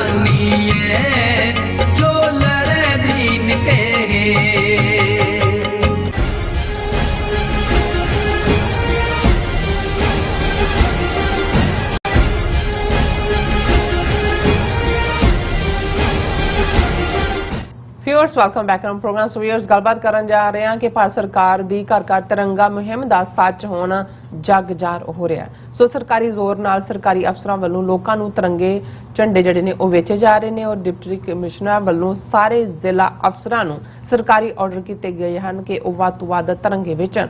और दूसरे पासे थां थाई सिखां वालों अपने घरां ते और कारोबारां ते जिहड़े बड़े ही उत्साह ते चाअ नाल जिहड़े खालसाई निशान साहिब जिहड़े ने ਉਹ ਚਲਾਏ ਜਾ ਰਹੇ ਨੇ। ਸੋ ਇਸ ਬਾਰੇ ਆਪਾਂ ਗੱਲਬਾਤ ਕਰਨ ਜਾ ਰਹੇ ਹਾਂ। ਸੋ ਅਸੀਂ ਚਾਹਾਂਗੇ ਕਿ ਤੁਸੀਂ ਸਾਨੂੰ ਇਸੇ ਤਰ੍ਹਾਂ ਬਣੇ ਰਹਿਣਾ, ਦੇਖਣ ਸੁਣ ਲਈ ਐਂਡ ਲਿਖਣ ਲਈ ਤੁਹਾਡਾ ਸਭ ਦਾ ਬਹੁਤ ਬਹੁਤ ਧੰਨਵਾਦ ਜੀ। ਡਾਕਟਰ ਸਾਹਿਬ ਕੀ ਵਿਚਾਰਾਂ ਨੇ? ਦੇਖੋ, ਜਦੋਂ ਬਣਕ ਬਿਰਤੀ ਦੀ ਗੱਲ ਹੁੰਦੀ ਹੈ, ਬਣਕ ਬਾਣੀਏ ਨੂੰ ਕਹਿੰਦੇ ਨੇ, ਕੱਲਾ ਇਹੀ ਨਹੀਂ ਕਿ ਮੋਦੀ ਅਮਿਤ ਸ਼ਾਹ ਜਿਹੜੀ ਕਾਤਲਾਂ ਦੀ ਜੋੜੀ 2002 ਚ ਗੁਜਰਾਤ ਚ ਹਜ਼ਾਰਾਂ ਮੁਸਲਮਾਨਾਂ ਦੇ ਕਤਲੇਆਮ ਲਈ ਜ਼ਿੰਮੇਵਾਰ और 50,000 ਤੋਂ ਜ਼ਿਆਦਾ ਸਿੱਖ ਕਿਸਾਨਾਂ ਨੂੰ ਜ਼ਮੀਨਾਂ ਤੋਂ ਬੇਦਖਲ ਕਰਨ ਵਾਲੇ, ਜਿੱਥੇ ਉਹ ਪਿਛਲੀ ਅੱਧੀ ਸਦੀ ਤੋਂ ਵੀ ਜ਼ਿਆਦਾ ਉਹਨਾਂ ਨੇ ਕੱਛ ਔਰ ਉਸ ਇਲਾਕੇ ਦੀਆਂ ਬਿਲਕੁਲ ਰੇਤਲੀਆਂ ਜ਼ਮੀਨਾਂ ਨੂੰ ਜਿਹੜਾ ਉਹ ਆਬਾਦ ਕੀਤਾ ਔਰ ਉਸ ਖਿੱਤੇ ਨੂੰ ਜਿਹੜਾ ਨਰਮਾ ਕਪਾਹ ਦੀ ਇੱਕ ਵੱਡੀ ਮੰਡੀ ਬਣਾਇਆ। ਉਹਨਾਂ ਦੇ ਖਿਲਾਫ ਕਿਵੇਂ ਗੁੰਡਾਗਰਦੀ ਔਰ ਕਾਰਵਾਈ ਕਰਕੇ ਉਹਨਾਂ ਨੂੰ ਡਿਸਪੋਜ਼ੈਸ ਕੀਤਾ ਗਿਆ। ਔਰ ਇਹਨਾਂ ਦੇ ਕੋਲ ਇੱਕ ਜਿਹੜੀ ਮੁਹਾਰਤ ਹੈ ਉਹ ਹੈ ਸੌਦਾ ਵੇਚਣਾ ਕਿਵੇਂ, ਔਰ ਸੌਦਾ ਕੁਝ ਵੀ ਨਾ ਹੋਏ ਉਹਨੂੰ ਇਸ ਢੰਗ ਨਾਲ ਪ੍ਰੋਪੇਗੇਟ ਕਰਦੇ ਨੇ। ਔਰ ਅਸੀਂ ਜ਼ਿਕਰ ਕੀਤਾ ਸੀ ਕਿ ਪਿਛਲੇ ਇਹਨਾਂ ਦੇ ਪੀਰੀਅਡ 'ਚ 2014 ਤੋਂ 50 ਤੋਂ ਜ਼ਿਆਦਾ ਇਸ ਕਿਸਮ ਦੀਆਂ ਮੁਹਿੰਮਾਂ, ਕਦੇ ਸਫਾਈ ਅਭਿਆਨ, ਕਦੇ ਘਰ ਘਰ ਫਲਾਣਾ, ਕਦੇ ਤਾਲੀ ਠੋਕੋ, ਕਦੇ ਕੋਵਿਡ 'ਚ 43 ਲੱਖ ਲੋਕ ਮਰ ਗਏ, ਇਹ ਥਾਲੀ ਬਜਾਓ, ਹੰਟਰ ਬਜਾਓ, ਫਲਾਣਾ ਕਰੋ, ਇਹ ਸਾਰੇ ਜਿਹੜੇ ਨੇ ਔਰ ਇਹਨੇ ਔਰ ਆਰਗੇਨਾਈਜ਼ ਤਰੀਕੇ ਨਾਲ ਉਹ ਸਾਰੇ ਕ੍ਰਿਮੀਨਲ ਅਮਿਤਾਭ ਬੱਚਨ ਵਰਗੇ ਦੂਜੇ ਤੀਜੇ ਕਿਸੇ ਨੂੰ ਬ੍ਰਾਂਡ ਐਂਬੈਸਡਰ ਬਣਾ, ਕਿਸੇ ਨੂੰ ਇੱਧਰ ਕਰ, ਕਿਸੇ ਨੂੰ ਉਧਰ ਕਰ, ਉਹਨਾਂ ਨੂੰ ਲਿਆ ਕੇ ਖੜਾ ਕਰ ਦਿੰਦੇ ਨੇ। ਔਰ ਜਿਹੜੀ ਜਿਸ ਕਿਸਮ ਦੀ ਆਵਾਮ ਉੱਥੇ ਹੈ ਉਸ ਕਿਸਮ ਦੇ ਉਹ ਵੀ ਉਹਨਾਂ ਦੇ ਮਗਰ ਲੱਗੇ ਹੁੰਦੇ ਨੇ। ਔਰ ਇਸੇ ਥੱਲੇ ਹੀ ਅਸੀਂ ਇਹ ਜ਼ਿਕਰ ਕਰ ਰਹੇ ਸੀ ਕਿ ਭਾਈ ਇਹ ਜਿਹੜੀ ਇਹਨਾਂ ਦੀ ਬਿਲਕੁਲ ਫੇਲਿਅਰ ਹੈ। 1000 ਸਕੁਅਰ ਕਿਲੋਮੀਟਰ ਤੋਂ ਜ਼ਿਆਦਾ ਜ਼ਮੀਨ ਮੋਦੀ ਦੇ ਹੁੰਦਿਆਂ ਚੀਨ ਨੇ ਕੋਈ ਜੁੱਤੀਆਂ ਵੀ ਖਾਧੀਆਂ, ਦੂਜੇ ਵੀ। ਹੁਣ ਜਿਹੜਾ ਜਿੰਨਾ ਵੱਡਾ ਲੂਜ਼ਰ ਹੈ ਜਿਸ ਪਾਸਿਓਂ, ਉਹ ਉਹਨੂੰ ਉਵੇਂ ਹੀ ਪ੍ਰੋਪੇਗੇਟ ਕਰਨਾ ਚਾਹੁੰਦਾ ਜੀ ਅਸੀਂ ਵੱਡੇ ਗੇਨਰ ਹਾਂ, ਅਸੀਂ ਤਾਂ ਬਹੁਤ ਵੱਡੇ ਪੈਟਰੀਓਟ ਨੇ। ਸਾਰੀ ਆਜ਼ਾਦੀ ਲਹਿਰ ਦੇ ਵਿੱਚ RSS ਦੀ ਕੋਈ ਕੰਟਰੀਬਿਊਸ਼ਨ ਨਹੀਂ। ਇਹਨਾਂ ਦਾ ਹਿੰਦੂਤਵਾ ਦਾ ਪਿਓ ਸਾਵਰਕਰ, ਮੈਂ ਅੱਗੇ ਵੀ ਜ਼ਿਕਰ ਕੀਤਾ ਸੀ, ਮਾਫੀ ਮੰਗ ਕੇ ਕਾਲੇ ਪਾਣੀ ਜੇਲ੍ਹ ਚੋਂ ਨਿਕਲੇ, 3 ਵਾਰ ਮਾਫੀ ਦੀਆਂ ਚਿੱਠੀਆਂ ਲਿਖੀਆਂ। ਹੁਣ ਖਾ ਤੇ ਉਹਨਾਂ ਨੂੰ ਆਪਣਾ ਇਹ ਅਹਿਸਾਸੇ ਕਮਤਰੀ ਰਿਹਾ ਵੀ ਅਸੀਂ ਤਾਂ ਪਿੱਠੂ ਸੀ ਅੰਗਰੇਜ਼ਾਂ ਦੇ ਔਰ ਸਾਡੀ ਕੋਈ ਕੰਟਰੀਬਿਊਸ਼ਨ ਨਹੀਂ ਹੈ। ਇਸੇ ਤਰੀਕੇ ਦੇ ਨਾਲ ਇਹ ਆਪ ਕੋਵਿਡ ਜਿਹੜੇ ਨੇ ਇਹਨਾਂ ਨੇ ਚੀਨ ਦੇ ਸਾਹਮਣੇ ਜਿਹੜਾ ਉਹ ਚੂੰ ਨਹੀਂ ਕਰਕੇ ਰਾਜੀ। ਉਹਨਾਂ ਨੇ ਕਿਹਾ ਜੀ ਆ 75 ਸਾਲਾਂ ਦੇ ਥੱਲੇ ਆਜ਼ਾਦੀ ਕਾ ਅੰਮ੍ਰਿਤ ਮਹੋਤਸਵ ਔਰ ਫਲਾਣਾ ਤੇ ਟਿਮਕਾ 20 ਕਰੋੜ ਘਰਾਂ ਦੇ ਉੱਤੇ ਤਿਰੰਗੇ ਲੱਗਣਗੇ। ਸਾਨੂੰ ਵੀ ਇਹ ਲੱਗਦਾ ਸੀ ਕਿ ਭਾਈ ਚਲੋ ਇਹ ਇਹਦੇ ਚੋਂ ਧਿਆਨ ਵੀ ਦੂਜੇ ਪਾਸੇ ਹਟਾਉਣਾ ਚਾਹੁੰਦੇ ਨੇ। ਉੱਥੇ ਮਹਿੰਗਾਈ ਇੰਨੀ ਹੋਈ ਹੈ, ਇਕਨੋਮੀ ਦਾ ਬੁਰਾ ਹਾਲ ਹੈ, ਪਰ ਇਸ ਚੋਂ ਵੀ ਇਹ ਪੈਸਾ ਕਮਾਉਣ ਵਾਲੀ ਬਣਕ ਬਿਰਤੀ ਰੱਖਣਗੇ ਕਿ ਭਾਈ ਇਕੱਲੇ ਇਹੀ ਨਹੀਂ ਕਿ ਇਹਨਾਂ ਨੇ ਸਾਰਾ ਫਲੈਗ ਕੋਡ ਬਦਲ ਦਿੱਤਾ, ਖੱਦਰ ਦੀ ਥਾਂ ਪੋਲੀਐਸਟਰ ਦੇ ਲਾ ਤੇ ਉਹ ਅੱਗੇ ਚੜ੍ਹਨ ਉਤਾਰਨ ਦੀ ਲਾਈਨ ਹੁੰਦੀ ਸੀ ਉਹ ਵੀ ਕਿ ਜਿੱਥੇ ਮਰਜ਼ੀ ਲਾ ਲਓ, ਕਿ ਇਹਨੂੰ ਵੀ ਇਹ ਆਮਦਨ ਦਾ ਸਾਧਨ, ਪੈਸਾ ਬਣਾਉਣ ਦਾ ਸਾਧਨ ਬਣਾਉਣਗੇ। ਇਹਦੇ 'ਚ ਤਾਂ ਕੋਈ ਦੋ ਰਾਵਾਂ ਨਹੀਂ ਸੀ ਵੀ ਇਹਨਾਂ ਨੇ ਪੰਜਾਬ ਔਰ ਕਸ਼ਮੀਰ ਨੂੰ ਹੀ ਫੋਕਸ ਰੱਖ ਕੇ ਇਸ ਸਾਰੇ ਦਾ ਸਭ ਤੋਂ ਜ਼ਿਆਦਾ ਪ੍ਰਚਾਰ ਇੱਥੇ ਹੀ ਕਰਨਾ ਹੈ, ਇਹਨੂੰ ਯਕੀਨੀ ਬਣਾਓ, ਕਿਉਂਕਿ ਚੈਲੰਜ ਹੀ ਦੋਵਾਂ ਪਾਸਿਆਂ ਤੋਂ ਹੈ ਜੀ। ਲੇਕਿਨ ਈਵਨ ਇਹਨਾਂ ਦੋਨਾਂ ਸਟੇਟਾਂ ਦੇ ਵਿੱਚ ਵੀ ਇਹਨੂੰ ਇਹ ਮਨੀ ਮੇਕਿੰਗ ਵੀ ਬਣਾਉਣਗੇ ਔਰ ਫੋਰਸ ਕਰਨਗੇ ਉਹ ਡਿਪਟੀ ਕਮਿਸ਼ਨਰਜ਼, ਐਡਮਿਨਿਸਟ੍ਰੇਟਰਜ਼, CMO, ਸਕੂਲ ਪ੍ਰਿੰਸੀਪਲ ਜਾਂ ਦੂਜੇ ਜਿਨ੍ਹਾਂ ਦਾ ਕੰਮ ਇੱਕ ਦਾ ਐਜੂਕੇਸ਼ਨ ਹੈ, ਇੱਕ ਦਾ ਹੈਲਥ ਹੈ, ਇੱਕ ਦਾ ਐਡਮਿਨਿਸਟ੍ਰੇਸ਼ਨ ਹੈ, ਉਹ ਸਾਰੇ ਇਸ ਕੰਮੇ ਲਾਏ ਹੋਏ ਨੇ ਵੀ ਉਹਨਾਂ ਨੇ ਤਿਰੰਗੇ ਵੇਚਣੇ ਨੇ। 20 ਰੁਪਏ ਕੀਮਤ ਰੱਖੀ ਔਰ ਕਈ ਥਾਵਾਂ ਤੇ ਜਿਹੜਾ ਜਿਵੇਂ ਆਇਆ ਕਿ ਜੀ ਉਹ ਰਾਸ਼ਨ ਕਾਰਡਾਂ ਵਾਲਿਆਂ ਨੂੰ ਕਿਹਾ ਜੀ ਜੇ ਤੁਸੀਂ ਨਹੀਂ ਖਰੀਦਦੇ ਤੇ ਤੁਹਾਡੀ ਜਿਹੜੀ ਹੈ ਤੁਹਾਨੂੰ ਰਾਸ਼ਨ ਕਾਰਡ ਤੋਂ ਜਿਹੜੀ ਮਿਲਦੀ ਹੈ ਸਬਸਿਡੀ ਉਹ ਖਤਮ ਹੋ ਜਾਏਗੀ। ਹੁਣ ਅੱਜ ਇਹ ਇੱਕ ਫਿਰੋਜ਼ਪੁਰ DC ਦਾ ਆਰਡਰ ਸਾਹਮਣੇ ਆਇਆ, ਉਹਨਾਂ ਨੇ ਇਸ ਨਾਲ ਕਾਪੀ ਹੈ, ਸਾਰੇ ਵਿਭਾਗਾਂ ਦੇ ਅਫਸਰਾਂ ਨੂੰ ਕਿਹਾ ਵੱਧ ਤੋਂ ਵੱਧ ਤਿਰੰਗੇ ਵੇਚੋ। ਹੁਣ ਇਹ DCਆਂ ਨੂੰ ਕੋਈ ਕੰਮ ਨਹੀਂ ਹੈ ਤੇ ਅਫਸਰ ਜਿਹੜੇ ਲੱਖ 2-2 ਲੱਖ ਦੀ ਤਨਖਾਹ ਲੈਣ ਵਾਲੇ ਨੇ ਉਹ ਹੁਣ ਟੇਬਲ ਲਾ ਕੇ ਤਿਰੰਗੇ ਵੇਚ ਰਹੇ ਨੇ। ਹੁਣ ਕੱਲਾ ਇਹੀ ਨਹੀਂ, ਔਰ ਇਹ ਕਸ਼ਮੀਰ ਦੇ ਹਵਾਲੇ ਨਾਲ ਅਸੀਂ ਰੈਫਰ ਤਾਂ ਜ਼ਰੂਰ ਕੀਤਾ ਸੀ, ਲੇਕਿਨ ਅੱਜ ਜਦੋਂ ਸਾਬਕਾ ਜਿਹੜੀ ਚੀਫ ਮਿਨਿਸਟਰ ਹੈ ਜੰਮੂ ਕਸ਼ਮੀਰ ਦੀ ਮਹਿਬੂਬਾ ਮੁਫਤੀ, ਉਹਨੇ ਟਵੀਟ ਕੀਤਾ ਔਰ ਉਹਦੇ 'ਚ ਉਹਨੇ ਕਿਹਾ ਕਿ ਭਾਈ ਇਹ ਜੰਮੂ ਕਸ਼ਮੀਰ ਜਿਹੜਾ ਐਡਮਿਨਿਸਟ੍ਰੇਸ਼ਨ ਹੈ ਉਹ ਘਰ ਘਰ ਤਿਰੰਗਾ ਮੁਹਿੰਮ ਦੇ ਲਈ ਲੋਕਾਂ ਨੂੰ ਕੌਮੀ ਝੰਡਾ ਖਰੀਦਣ ਲਈ ਮਜਬੂਰ ਕਰ ਰਿਹਾ ਔਰ ਉਹਨੇ ਕਿਹਾ ਵੀ ਇਹ ਜਿਹੜੀ ਵਤਨ ਪ੍ਰਸਤੀ ਹੁੰਦੀ ਹੈ, ਕੁਦਰਤੀ ਹੁੰਦੀ ਹੈ, ਇਹਨੂੰ ਥੋਪਿਆ ਨਹੀਂ ਜਾ ਸਕਦਾ। ਫਿਰ ਉਹਨਾਂ ਨੇ ਕਿਹਾ ਕਿ ਭਾਈ ਇਹ ਜਿਹੜਾ ਮੁਹਿੰਮ ਹੈ, ਉਹਨੇ ਟਵਿੱਟਰ ਦੇ ਉੱਤੇ ਮਹਿਬੂਬਾ ਨੇ ਕਿਹਾ ਕਿ ਸਾਊਥ ਕਸ਼ਮੀਰ ਦੇ ਅਨੰਤਨਾਗ ਡਿਸਟ੍ਰਿਕਟ ਦੇ ਬਿਜਬਿਹੜਾ ਮਿਊਨਿਸਪੈਲਿਟੀ ਵੱਲੋਂ ਇੱਕ ਵਹੀਕਲ, ਇੱਕ ਗੱਡੀ ਦੀ ਛੱਤ ਦੇ ਉੱਤੇ ਲਾਊਡ ਸਪੀਕਰ ਲਾਇਆ ਹੋਇਆ ਔਰ ਇਹਦੇ ਤਹਿਤ ਜਦੋਂ ਬਾਜ਼ਾਰ 'ਚੋਂ ਵਹੀਕਲ ਗੁਜ਼ਰ ਰਹੀ ਹੈ ਦੁਕਾਨਦਾਰਾਂ ਨੂੰ ਕਿਹਾ ਜਾ ਰਿਹਾ ਹੈ ਕਿ ਤੁਸੀਂ 20-20 ਰੁਪਏ ਜਮ੍ਹਾਂ ਕਰਾਓ, ਤਿਰੰਗਾ ਲਾਓ। ਔਰ ਉਹਨਾਂ ਨੇ ਇਹ ਕਿਹਾ ਕਿ ਵੀ ਇਹ ਸਟੂਡੈਂਟਸ ਨੂੰ ਫੋਰਸ ਕੀਤਾ ਜਾ ਰਿਹਾ ਹੈ, ਦੁਕਾਨਦਾਰਾਂ ਨੂੰ, ਕਰਮਚਾਰੀਆਂ ਨੂੰ ਕਿ ਭਾਈ ਇਹ ਪੈਸੇ ਲਾਓ ਔਰ ਝੰਡੇ ਲਾਓ। ਔਰ ਨਾਲ ਦੀ ਨਾਲ ਉਹਨੇ ਕਿਹਾ ਵੀ ਜਿਹੜਾ ਵੀ ਇਹਨੂੰ ਨਹੀਂ ਕਰੇਗਾ, ਇਹ ਕਸ਼ਮੀਰੀ ਜ਼ੁਬਾਨ 'ਚੋਂ ਬੋਲ ਕੇ ਅਨਾਉਂਸ ਕਰ ਰਹੇ ਨੇ ਸਥਾਨਕ ਵਾਸੀਆਂ ਨੂੰ ਕਿ ਜਿਹੜੇ ਇਸ ਮੁਹਿੰਮ 'ਚ ਸ਼ਾਮਲ ਹੋਣ ਤੋਂ ਇਨਕਾਰ ਕਰਦੇ ਨੇ ਉਹਨਾਂ ਖਿਲਾਫ ਕਾਰਵਾਈ ਕੀਤੀ ਜਾਏਗੀ। ਔਰ ਮਹਿਬੂਬਾ ਮੁਫਤੀ ਨੇ ਕਿਹਾ ਵੀ ਇਹ ਜਿਹੜਾ ਪਾਰਟ ਹੈ ਇਹ ਤਾਂ ਇਵੇਂ ਲੱਗਦਾ ਹੈ ਕਿ ਜਿਵੇਂ ਕਸ਼ਮੀਰ ਦੁਸ਼ਮਣ ਦਾ ਇਲਾਕਾ ਹੋਏ ਤੇ ਜਿਸ ਤੇ ਕਬਜ਼ਾ ਕਰਨ ਦੀ ਲੋੜ ਹੈ ਔਰ ਇਹ ਜਿਹੜੀ ਵਤਨ ਪ੍ਰਸਤੀ ਹੁੰਦੀ ਹੈ, ਕੁਦਰਤੀ ਹੁੰਦੀ ਹੈ, ਇਹਨੂੰ ਥੋਪਿਆ ਨਹੀਂ ਜਾ ਸਕਦਾ। ਸੋ ਇਹ ਕਿਉਂਕਿ ਰਿਕਾਰਡਡ ਸਬੂਤ ਸਾਹਮਣੇ ਆ ਗਏ ਨੇ ਦੋਵੇਂ ਪਾਸਿਓਂ ਹੀ ਕਿ ਭਾਈ ਇਹਨਾਂ ਦਾ ਕਿੰਨਾ ਜ਼ੋਰ ਲੱਗਾ ਹੋਇਆ ਹੈ ਇਸ ਸਾਰੇ ਦੇ ਉੱਤੇ। ਦੂਸਰੇ ਪਾਸੇ ਅਸੀਂ ਸਮਝਦੇ ਹਾਂ ਕਿ ਭਾਈ ਇਸ ਤੋਂ ਦੋ ਗੱਲਾਂ ਜ਼ਾਹਰ ਹੁੰਦੀਆਂ ਨੇ ਕਿ ਇਹਨਾਂ ਦੀ ਗਰੀਡ ਬਣਕ ਬਿਰਤੀ ਤਾਂ ਹੈ ਹੀ ਹੈ ਕਿ ਲੋਕਾਂ ਦੇ ਵਿੱਚ ਕੋਈ ਤਿਰੰਗੇ ਦੀ ਮੁਹੱਬਤ ਨਹੀਂ ਹੈ। ਜੇ ਅਦਰਵਾਈਜ਼ ਇਹ ਮੁਹਿੰਮ ਜਿੰਨੀ ਇਹਨਾਂ ਨੇ ਜ਼ੋਰ ਸ਼ੋਰ ਨਾਲ ਸ਼ੁਰੂ ਕੀਤੀ ਹੈ, ਇੱਕ ਪਾਸੇ ਉਹ ਨੇ ਕੇਸਰੀ ਚਲਾਉਣ ਵਾਲੇ ਜਿਹੜੇ ਕੇਸਰੀ ਨੂੰ ਸਮਝਦੇ ਨੇ ਭਾਈ ਇਹ ਤਾਂ 4 ਸਦੀਆਂ ਦਾ ਹੈ, ਜਿਹੜੇ ਖੂਨ ਦੇ ਰੰਗ 'ਚ ਰੰਗਿਆ, ਇਹ ਸਾਡੀ ਸ਼ਹੀਦਾਂ ਦੀ ਵਿਰਾਸਤ ਹੈ। ਜਿਹੜਾ ਝੰਡਾ ਚਲਾਉਂਦਾ ਹੈ ਉਹ ਫਿਰ ਸਿਰ ਦੇਣ ਲਈ ਵੀ ਤਿਆਰ ਹੁੰਦਾ ਹੈ। ਔਰ ਇਹੀ ਗੱਲ ਇੱਕ ਹੋਰ ਮੈਂ ਵੀਡੀਓ 'ਚ ਇੱਕ ਗੁਰਸਿੱਖ ਵੀਰ ਦੀ ਦੇਖ ਰਿਹਾ ਸੀ, ਉਹਨੇ ਕਿਹਾ ਜੀ ਇਹ ਝੰਡੇ ਮੁਲਕਾਂ ਦੇ ਚੜ੍ਹਦੇ ਨੇ, ਉਤਾਰ ਲਏ ਜਾਂਦੇ ਨੇ, ਵੇਚੇ ਜਾ ਰਹੇ ਨੇ। ਇਹ ਕੇਸਰੀ ਨਿਸ਼ਾਨ ਐਸਾ ਜਿੱਥੇ ਇੱਕ ਵਾਰੀ ਝੁੱਲ ਜਾਂਦਾ ਹੈ ਫਿਰ ਝੁੱਲਦਾ ਹੀ ਰਹਿੰਦਾ ਹੈ। ਔਰ ਇਹੀ ਫਰਕ ਦੱਸ ਦਿੰਦਾ ਹੈ ਕਿ ਤੁਹਾਡੀ ਔਕਾਤ ਕੀ ਹੈ ਔਰ ਸਿੱਖ ਕੌਮ ਦੀ ਔਕਾਤ ਕੀ ਹੈ। ਔਰ ਇੱਕ ਨੇ ਵੀਰ ਨੇ ਜਿਹਨੇ ਇੱਕ ਪਿਕਚਰ ਕੇਸਰੀ ਨਿਸ਼ਾਨ ਸਾਹਿਬ ਦੇ ਉੱਤੇ ਬਾਜ ਬੈਠਾ ਔਰ ਉਹਨੇ ਥੱਲੇ ਕਪਲੇਟ ਲਿਖਿਆ, ਬੈਠਾ ਕੇਸਰੀ ਨਿਸ਼ਾਨ ਉੱਤੇ ਬਾਜ ਵੇਖਣਾ, ਬਸ ਇੱਕੋ ਰੀਝ ਖਾਲਸੇ ਦਾ ਰਾਜ ਵੇਖਣਾ। ਔਰ ਦਰਸ਼ਕ ਦੇਖ ਸਕਦੇ ਨੇ ਉਸ ਦੀ। ਸੋ ਇੱਕ ਪਾਸੇ ਇਹ ਜਿਹੜੇ ਇਸ਼ਕ ਦੇ ਵਿੱਚ ਰੱਤੇ ਹੋਏ ਜਿਹੜੇ ਗੁਰਸਿੱਖ ਵੀਰ ਭੈਣਾਂ ਨੇ ਉਹ ਚਾਹ ਦੇ ਨਾਲ ਥਾਂ ਥਾਈਂ ਆਲਰੇਡੀ ਅਜੇ 13 ਅਗਸਤ ਆਉਣਾ, ਕਈ ਥਾਂ ਮੋਟਰਸਾਈਕਲਾਂ ਤੇ ਦੂਜਿਆਂ ਤੇ ਲਾ ਕੇ ਪਹਿਲਾਂ ਹੀ ਸ਼ਹਿਰਾਂ 'ਚੋਂ ਗੇੜੇ ਦੇ ਰਹੇ ਨੇ ਦੱਸਣ ਦੇ ਲਈ ਵੀ ਅਸੀਂ ਆਪਣਾ ਜਿਹੜਾ ਹੈ ਉਹ ਨਿਸ਼ਾਨ ਸਾਹਿਬ ਮਾਰਚ ਕਰ ਰਹੇ ਅੱਛਾ। ਪਰ ਇਸ ਤੋਂ ਤੁਸੀਂ ਅੰਦਾਜ਼ਾ ਲਾ ਸਕਦੇ ਹੋ ਕਿ ਇਹ ਪਹਿਲਾਂ ਤਾਂ ਇੰਡੀਆ ਨਾਂ ਦਾ ਕੋਈ ਦੇਸ਼ ਜਿਹੜਾ ਉਹ ਐਗਜ਼ਿਸਟ ਹੀ ਨਹੀਂ, ਜਿਸ ਮੁਲਕ ਦਾ ਨਾ ਹੀ ਕਦੇ ਇਹ ਵੀ ਸੁਣਿਆ ਕਿ ਵੀ ਇੱਕ ਇਹ ਇੰਡੀਆ ਵੀ ਹੈ, ਭਾਰਤ ਵੀ ਹੈ, ਹਿੰਦੁਸਤਾਨ ਵੀ ਹੈ ਤੇ ਆਰੀਆਵਰਤ ਵੀ ਹੈ। ਇਹਨਾਂ ਦਾ ਤਾਂ ਇਹ ਤਾਂ ਉਹਨੂੰ ਮੰਨਦੇ ਹੀ ਨਹੀਂ ਹੈ, ਜਿਵੇਂ ਤਿਰੰਗੇ ਨੂੰ ਨਹੀਂ ਮੰਨਦੇ ਤਾਂ ਨਾ ਹੀ ਉਹਦਾ ਆਰੀਆਵਰਤ ਕਹਿੰਦੇ ਨੇ। ਅੱਛਾ। ਫਿਰ ਕਨਸਟੀਟਿਊਸ਼ਨ ਦੇ ਵਿੱਚ ਭਾਰਤ ਲਫ਼ਜ਼ ਆਇਆ ਹੈ।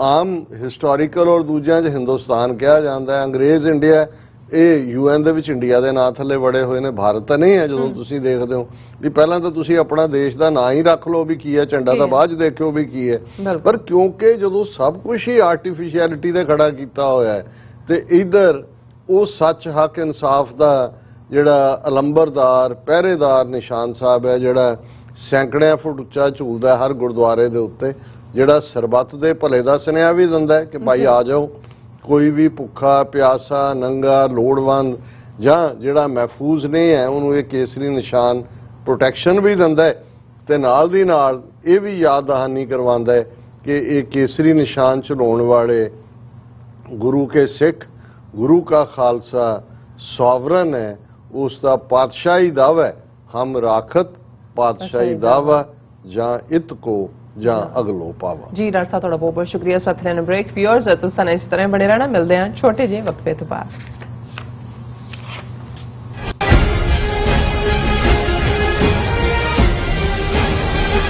ਗੁਰੂ ਪਿਆਰੀ ਸਾਧ ਸੰਗਤ ਜੀ, ਵਾਹਿਗੁਰੂ ਜੀ ਕਾ ਖਾਲਸਾ ਵਾਹਿਗੁਰੂ ਜੀ ਕੀ ਫਤਿਹ। ਆਗਿਆ ਭਈ ਅਕਾਲ ਕੀ ਤਭੀ ਚਲਾਇਓ ਪੰਥ, ਸਭ ਸਿੱਖਨ ਕੋ ਹੁਕਮ ਹੈ ਗੁਰੂ ਮਾਨਿਓ ਗ੍ਰੰਥ। ਧੰਨ ਧੰਨ ਧੰਨ ਸ੍ਰੀ ਗੁਰੂ ਗ੍ਰੰਥ ਸਾਹਿਬ ਮਹਾਰਾਜ ਸੱਚੇ ਪਾਤਸ਼ਾਹ ਜੀ ਦਾ ਪਹਿਲਾ ਪ੍ਰਕਾਸ਼ ਦਿਹਾੜਾ, ਜਿਸ ਦੀਆਂ ਖੁਸ਼ੀਆਂ ਵਿੱਚ ਹਰ ਸਾਲ ਦੀ ਤਰ੍ਹਾਂ ਟਰਾਈ ਸਟੇਟ ਦੇ ਕੇਂਦਰੀ ਅਸਥਾਨ ਗੁਰਦੁਆਰਾ ਸਾਹਿਬ ਸਿੱਖ ਕਲਚਰ ਸੁਸਾਇਟੀ ਤੋਂ ਜੋ ਨਗਰ ਕੀਰਤਨ ਸਜਾਇਆ ਜਾਂਦਾ ਹੈ, ਸਮੁੱਚੀਆਂ ਟਰਾਈ ਸਟੇਟ ਦੀਆਂ ਸੰਗਤਾਂ, ਸਭਾਵਾਂ, ਸਭਾ ਸੁਸਾਇਟੀਆਂ, ਪੰਥਕ ਜਥੇਬੰਦੀਆਂ ਦੇ ਸਹਿਯੋਗ ਨਾਲ ਗੁਰਦੁਆਰਾ ਸਾਹਿਬ ਦੀ ਸਮੁੱਚੀ ਪ੍ਰਬੰਧਕ ਕਮੇਟੀ ਵੱਲੋਂ ਇਸ ਸਾਲ ਨਗਰ ਕੀਰਤਨ 21 ਅਗਸਤ ਦਿਨ ਐਤਵਾਰ ਨੂੰ ਦਿਨੇ 12 ਵਜੇ Gurdwara Sahib Sikh culture society Richmond Hill New York ਤੋਂ ਆਰੰਭ ਹੋਵੇਗਾ। ਸਾਰੀਆਂ ਸੰਗਤਾਂ ਨੂੰ ਬੇਨਤੀ ਹੈ ਕਿ ਪਰਿਵਾਰਾਂ ਬੱਚਿਆਂ ਸਮੇਤ ਇਸ ਮਹਾਨ ਨਗਰ ਕੀਰਤਨ ਵਿੱਚ ਸ਼ਾਮਲ ਹੋ ਕੇ ਸਤਿਗੁਰੂ ਸੱਚੇ ਪਾਤਸ਼ਾਹ ਜੀ ਦੀਆਂ ਖੁਸ਼ੀਆਂ ਅਤੇ ਬਖਸ਼ਿਸ਼ਾਂ ਪ੍ਰਾਪਤ ਕਰੋ। ਇਸ ਮਹਾਨ ਨਗਰ ਕੀਰਤਨ ਤੋਂ ਅਗਲੇ ਐਤਵਾਰ 28 ਅਗਸਤ ਦਿਨ ਐਤਵਾਰ ਨੂੰ ਅੰਮ੍ਰਿਤ ਸੰਚਾਰ ਹੋ ਰਿਹਾ ਹੈ। ਵੱਧ ਤੋਂ ਵੱਧ ਖੰਡੇ ਬਾਟੇ ਦੀ ਪੌਲ ਛਕ ਕੇ ਕਲਗੀਧਰ ਪਾਤਸ਼ਾਹ ਸ੍ਰੀ ਗੁਰੂ ਗੋਬਿੰਦ ਸਿੰਘ ਸਾਹਿਬ ਜੀ ਦੀਆਂ ਬਖਸ਼ਿਸ਼ਾਂ ਪ੍ਰਾਪਤ ਕਰੋ ਜੀ। ਵਾਹਿਗੁਰੂ ਜੀ ਕਾ ਖਾਲਸਾ ਵਾਹਿਗੁਰੂ ਜੀ ਕੀ ਫਤਿਹ।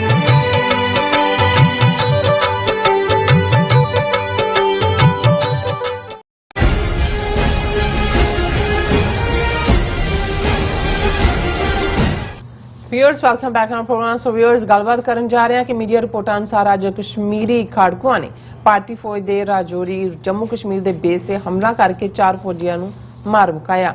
ਸੋ ਇੱਕ ਪਾਸੇ ਭਾਰਤੀ ਹਾਕਮਾਂ ਵੱਲੋਂ ਡੰਕੇ ਦੀ ਚੋਟ ਤੇ ਦਾਅਵਾ ਕੀਤਾ ਜਾਂਦਾ ਹੈ ਕਿ ਜੰਮੂ ਕਸ਼ਮੀਰ ਵਿੱਚ ਮੁਕੰਮਲ ਸ਼ਾਂਤੀ ਹੈ।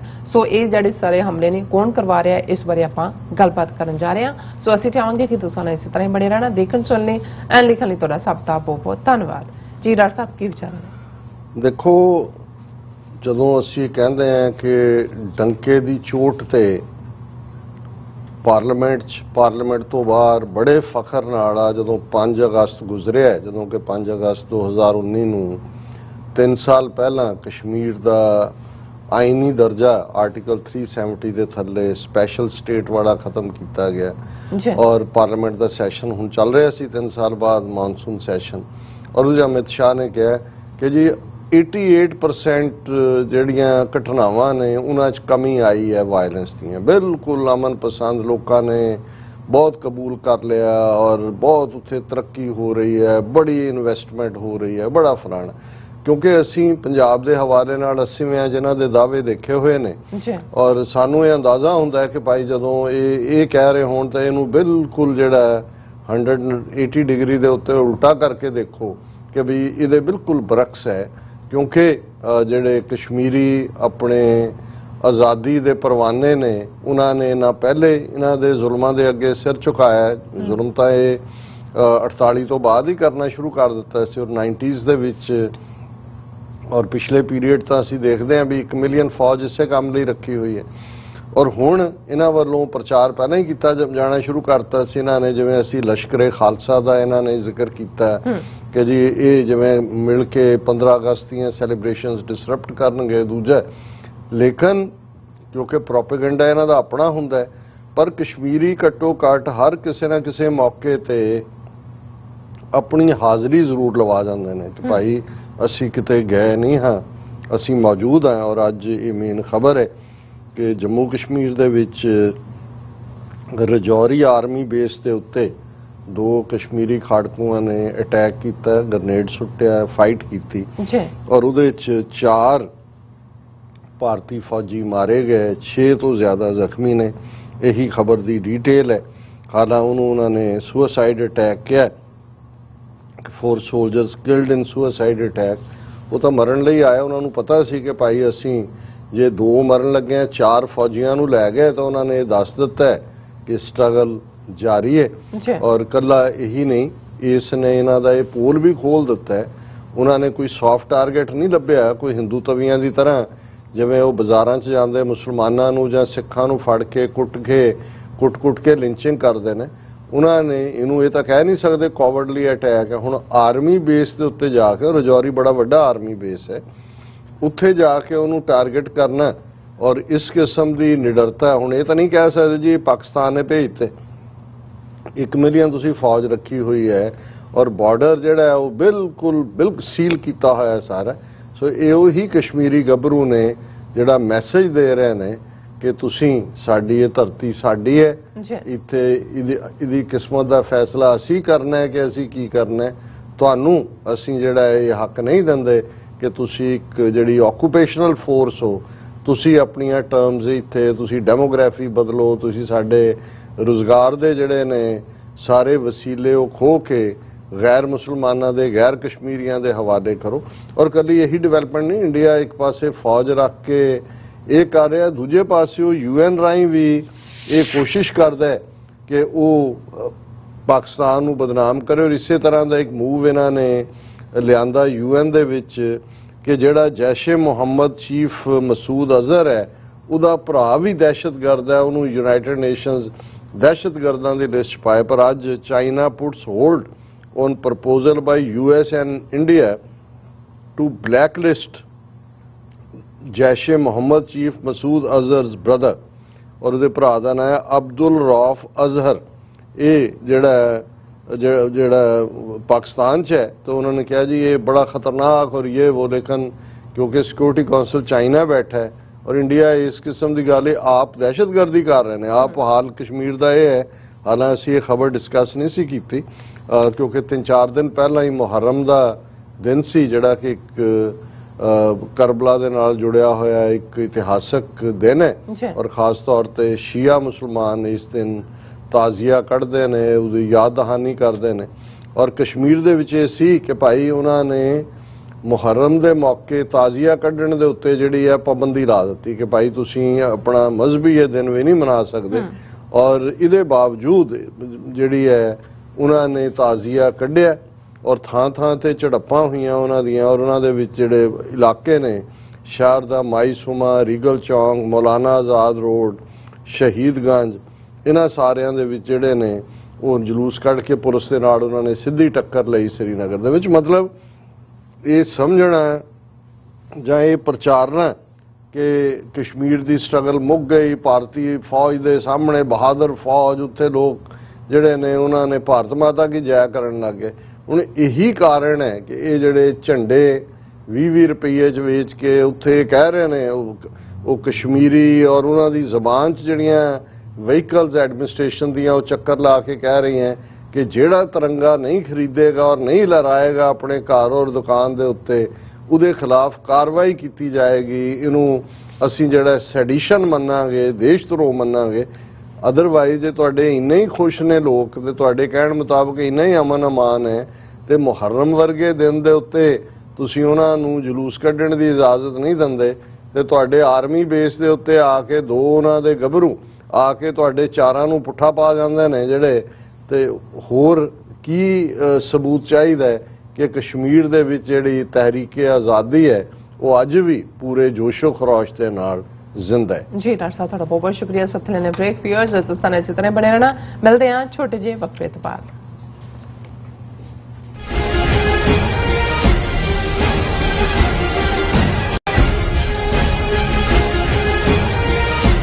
ਵਾਹਿਗੁਰੂ ਜੀ ਕਾ ਖਾਲਸਾ ਵਾਹਿਗੁਰੂ ਜੀ ਕੀ ਫਤਿਹ। ਸਮੁੱਚੀਆਂ ਨਾਰਥ ਈਸਟ ਕੋਸਟ ਦੀਆਂ ਸਿੱਖ ਸੰਗਤਾਂ ਅੱਗੇ ਬੇਨਤੀ ਕੀਤੀ ਜਾਂਦੀ ਆ, ਅੱਜ Gurdwara Sahib Sikh culture society Richmond Hill New York ਤੋਂ ਕਿ ਆਉਣ ਵਾਲੀ 13 ਅਗਸਤ ਨੂੰ ਸਵੇਰੇ 11 ਵਜੇ ਤੋਂ ਲੈ ਕੇ 2 ਵਜੇ ਤੱਕ ਯੂਨਾਈਟਿਡ ਨੇਸ਼ਨ ਨਿਊਯਾਰਕ ਜਿਹੜਾ ਸਥਿਤ UNO ਹੈੱਡਕੁਆਰਟਰ ਦੇ ਅੱਗੇ ਸਮੂਹ ਬੰਦੀ ਸਿੰਘਾਂ ਦੇ ਹੱਕ ਦੇ ਵਿੱਚ ਅਸੀਂ ਰਲ ਕੇ ਸਮੂਹ ਗੁਰਦੁਆਰਾ ਪ੍ਰਬੰਧਕ ਕਮੇਟੀਆਂ, ਸਿੱਖ ਜਥੇਬੰਦੀਆਂ, ਸਿੱਖ ਸੰਗਤਾਂ ਰਲ ਕੇ ਪ੍ਰੋਟੈਸਟ ਕਰਨਗੀਆਂ, ਕਿਉਂਕਿ ਸਾਡੀ ਕੌਮ ਦੇ ਹੀਰੋ ਰੋਲ ਮਾਡਲ ਮਾਵਾਂ ਦੇ ਪੁੱਤ 25-25, 26-26 ਸਾਲਾਂ ਦੀ ਜੋ ਕੈਦ ਕਾਲ ਕੋਠਰੀਆਂ ਭਾਰਤ ਦੀਆਂ ਅਲੱਗ-ਅਲੱਗ ਸਟੇਟਾਂ ਦੇ ਵਿੱਚ ਉਹ ਗੁਜ਼ਾਰ ਚੁੱਕੇ ਹਨ। ਭਾਰਤੀ ਕਾਨੂੰਨ ਦੇ ਤਹਿਤ ਜੋ ਸਜ਼ਾਵਾਂ ਪੂਰੀਆਂ ਕਰ ਚੁੱਕੇ ਹਨ, ਹਲੇ ਵੀ ਭਾਰਤੀ ਹਕੂਮਤ ਉਹਨਾਂ ਨੂੰ ਰਿਹਾ ਨਹੀਂ ਕਰ ਰਹੀ। ਉਹਨਾਂ ਮਾਵਾਂ ਦੇ ਪੁੱਤਾਂ ਵਾਸਤੇ ਹਾਂ ਦਾ ਨਾਰਾ ਮਾਰ ਲਈ ਸਾਡੀ ਕੌਮ ਦੇ ਜੋ ਰੋਲ ਮਾਡਲ ਹੀਰੋ ਜੋ ਕਾਲ ਕੋਠਰੀਆਂ ਦੇ ਵਿੱਚ ਭਾਰਤ ਵਿੱਚ ਸਥਿਤ ਬੰਦ ਪਏ ਹਨ, ਉਹਨਾਂ ਨੂੰ ਰਿਹਾ ਕਰਾਉਣ ਵਾਸਤੇ ਸਤਿਗੁਰਾਂ ਦੇ ਅੱਗੇ ਅਰਦਾਸ ਕਰਕੇ ਆਓ ਆਪਾਂ ਰਲ ਕੇ UN ਦੇ ਅੱਗੇ 13 ਤਰੀਕ ਦਿਨ ਸ਼ਨੀਚਰਵਾਰ ਨੂੰ ਸਵੇਰੇ 11 ਵਜੇ ਰਲ ਮਿਲ ਕੇ ਪਰਿਵਾਰਾਂ ਸਮੇਤ ਅਸੀਂ ਉੱਥੇ ਜੁੜੀਏ ਤਾਂ ਕਿ ਆਪਣੇ ਬੰਦੀ ਸਿੰਘਾਂ ਨੂੰ ਰਿਹਾ ਕਰਾ ਸਕੀਏ। ਇਹ ਬੇਨਤੀ ਪ੍ਰਵਾਨ ਕਰਿਓ ਜੀ। ਵਾਹਿਗੁਰੂ ਜੀ ਕਾ ਖਾਲਸਾ ਵਾਹਿਗੁਰੂ ਜੀ ਕੀ ਫਤਿਹ।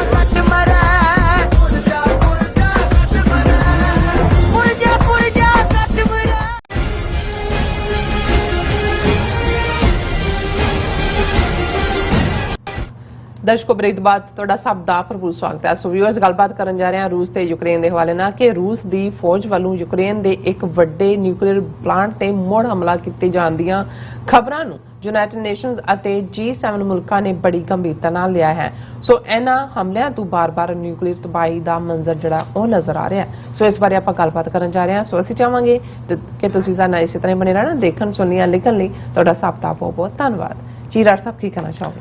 ਦੇਖੋ, ਹਾਲਾਂਕਿ ਜਦੋਂ ਅਸੀਂ ਨਿਊਕਲੀਅਰ ਮੁੱਦੇ ਦਾ ਸੈਗਮੈਂਟ ਅਪਲੋਡ ਕਰਦੇ ਹਾਂ ਤੇ ਸਭ ਤੋਂ ਘੱਟ ਵਿਊਅਰਸ ਇਸ ਇਸ਼ੂ ਦੇ ਇਸ ਮੁੱਦੇ ਤੇ ਹੁੰਦੇ ਨੇ, ਲੇਕਿਨ ਇਹਦੇ ਬਾਵਜੂਦ ਮੇਰੇ ਲਈ ਜੇ ਗਲੋਬਲ ਕਨਫਰੰਟੇਸ਼ਨ ਦੀ ਗੱਲ ਕਰੀਏ ਜਾਂ ਗਲੋਬਲ ਪੋਲਰਾਈਜੇਸ਼ਨ ਜਿਹੜੀ ਮੁਲਕਾਂ ਦੇ ਵਿੱਚ ਚੱਲ ਰਹੀ ਹੈ, ਜੇ ਸਭ ਤੋਂ ਵੱਡਾ ਡੇਂਜਰ ਕੋਈ ਸਮੁੱਚੀ ਇਨਸਾਨੀਅਤ ਨੂੰ ਔਰ ਇਹ ਸਮੁੱਚੇ ਪਲੈਨਟ ਨੂੰ ਹੈ ਤੇ ਉਹ ਨਿਊਕਲੀਅਰ ਤੋਂ ਹੈ।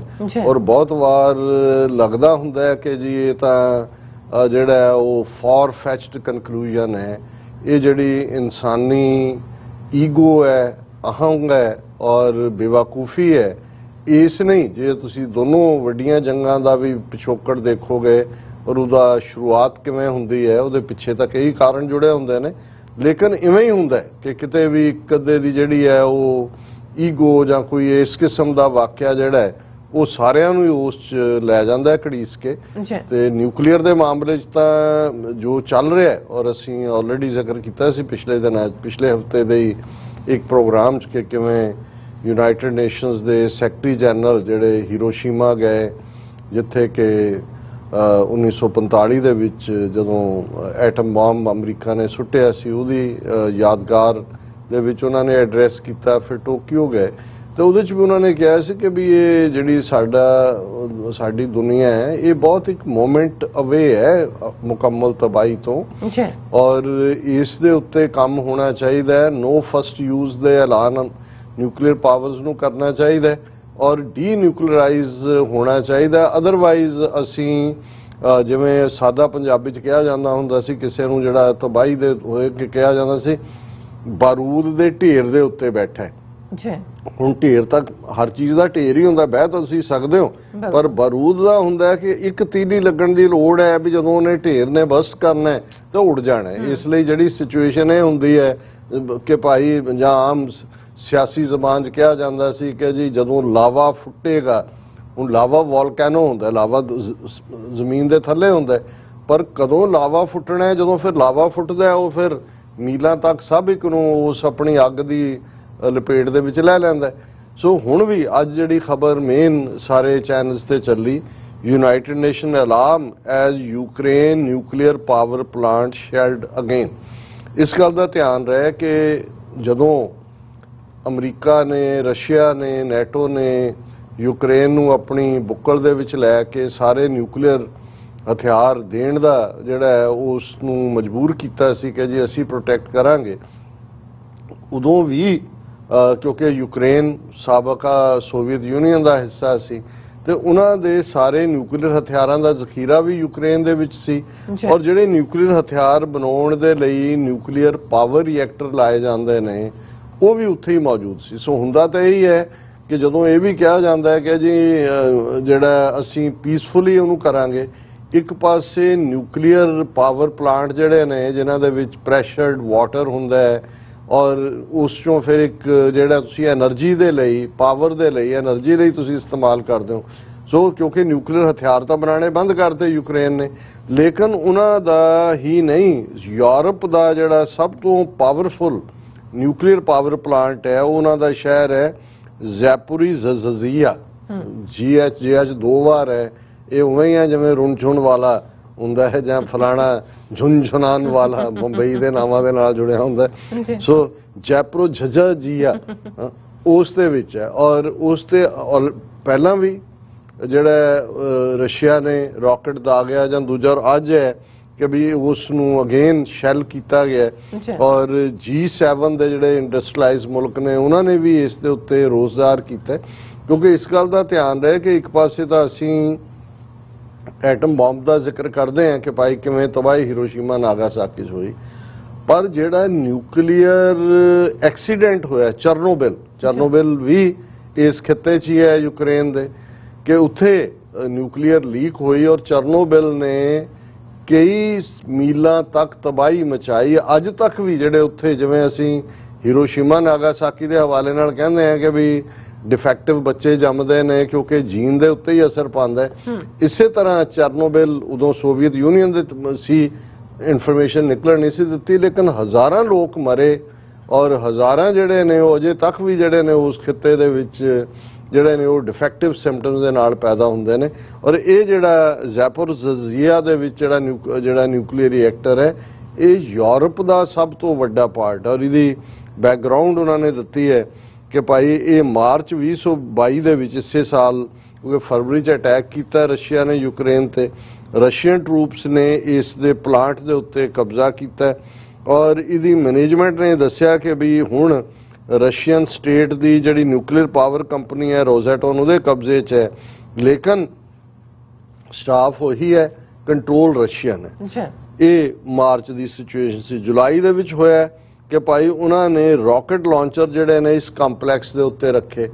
ਹੁਣ ਇਹ ਨਹੀਂ ਹੈ ਵੀ ਰਸ਼ੀਆ ਨੇ ਉਧਰ ਸ਼ੈਲ ਕੀਤਾ, ਹੁਣ ਕਿਉਂਕਿ ਉੱਥੇ ਉਹਨਾਂ ਨੇ ਆਪਣਾ ਆਰਮੀ ਹੈੱਡਕੁਆਟਰ ਬਣਾ ਲਿਆ, ਸਟਾਫ ਉਹਨਾਂ ਦਾ ਹੀ ਹੈ, ਰੂਲ ਉਹਨਾਂ ਦਾ ਹੈ, ਤੇ ਜਿਹੜਾ ਯੂਕਰੇਨ ਜਦੋਂ ਤੁਸੀਂ ਅਟੈਕ ਕਰੋਗੇ ਤੇ ਯੂਕਰੇਨ ਜਵਾਬੀ ਅਟੈਕ ਉੱਥੇ ਹੀ ਕਰੇਗਾ ਔਰ ਉਹਦੇ 'ਚ ਫੀਅਰ ਹੈ ਕਿ ਵੀ ਜੇ ਨਿਊਕਲੀਅਰ ਨੂੰ ਉਸ ਪਾਵਰ ਰਿਐਕਟਰ ਨੂੰ ਹਿੱਟ ਕੀਤਾ ਤੇ ਫਿਰ ਤਬਾਹੀ ਹੋਈ। ਫਿਰ 3 ਅਗਸਤ ਨੂੰ ਇੰਟਰਨੈਸ਼ਨਲ ਐਟੋਮਿਕ ਐਨਰਜੀ ਏਜੰਸੀ ਜਿਹੜੀ UN ਦੀ ਬਾਡੀ ਹੈ ਉਹਨਾਂ ਨੇ ਕਿਹਾ ਕਿ ਭਾਈ ਇਹ ਜਿਹੜਾ ਕੰਪਲੀਟਲੀ ਆਊਟ ਆਫ ਕੰਟਰੋਲ ਹੈ, ਕਿਉਂਕਿ ਦੁਨੀਆ ਦੇ ਵਿੱਚ ਜਿੱਥੇ ਵੀ ਨਿਊਕਲੀਅਰ ਪਾਵਰ ਪਲਾਂਟ ਨੇ ਉਹਨਾਂ ਦੀ ਜਿਹੜੀ ਉਹਨਾਂ ਦਾ ਮੁਆਇਨਾ ਹੈ ਉਹ ਯੂਨਾਈਟਿਡ ਨੇਸ਼ਨਸ ਦੀ ਏਜੰਸੀ ਜਿਹੜੀ ਇੰਟਰਨੈਸ਼ਨਲ ਐਟੋਮਿਕ ਐਨਰਜੀ ਏਜੰਸੀ ਕਰਦੀ ਹੈ, ਦੇਖਣ ਦੇ ਲਈ ਕਿ ਜਿਹੜੀ ਯੂਰੇਨੀਅਮ ਜਾਂ ਦੂਸਰੇ ਸਾਧਨ ਰਾਹੀਂ ਜਿਹੜਾ ਪਲੂਟੋਨੀਅਮ ਵੀ ਇਸਤੇਮਾਲ ਹੁੰਦਾ ਹੈ, ਜਿਹੜੀ ਪਾਵਰ ਜਨਰੇਟ ਹੋ ਰਹੀ ਹੈ ਇਹਨੂੰ ਨਿਊਕਲੀਅਰ ਬੰਬ ਬਣਾਉਣ ਲਈ ਤਾਂ ਨਹੀਂ ਇਸਤੇਮਾਲ ਕੀਤਾ ਜਾਂਦਾ, ਲੇਕਿਨ ਹੁਣ ਕਿਉਂਕਿ ਇਹ ਰਸ਼ੀਅਨ ਆਕੂਪੇਸ਼ਨ ਥੱਲੇ ਆ ਗਿਆ ਹੈ ਤੇ ਇਹ ਉਹਨਾਂ ਦੀ ਇੰਟਰਨੈਸ਼ਨਲ ਐਟੋਮਿਕ ਐਨਰਜੀ ਏਜੰਸੀ ਨੂੰ ਉਹਨਾਂ ਨੇ ਉਹ ਅਲਾਉ ਹੀ ਨਹੀਂ ਕਰਦੇ ਕਿ ਉਹਨੂੰ ਇੰਸਪੈਕਟ ਕਰ ਸਕਣ। ਔਰ ਇਹ ਫਿਰ 5 ਅਗਸਤ ਨੂੰ ਇਸੇ ਹੀ ਐਟੋਮਿਕ ਏਜੰਸੀ ਨੇ ਇਹ ਕਿਹਾ ਕਿ ਰਸ਼ੀਅਨ ਰਾਕਟਸ ਜਿਹੜੇ ਨੇ 2 ਰਾਉਂਡ ਉਹਨਾਂ ਨੇ ਫਾਇਰ ਕੀਤੇ ਔਰ ਇਸ ਦੇ ਨਾਲ ਜਿਹੜਾ ਪਾਵਰ ਗ੍ਰਿਡ ਔਰ ਦੂਸਰਾ ਵੀ ਪ੍ਰਭਾਵਿਤ ਹੋਇਆ। ਫਿਰ 8 ਅਗਸਤ ਨੂੰ, ਅਸੀਂ ਹੁਣ ਇਸੇ ਮਹੀਨੇ ਦੀ ਗੱਲ ਕਰ ਰਹੇ ਹਾਂ, Ukraine says renewed Russian shelling has damaged 3 radiation sensors and injured a worker. Radiation ਦੇ ਉੱਤੇ ਵੀ ਇਫੈਕਟ ਹੋਇਆ।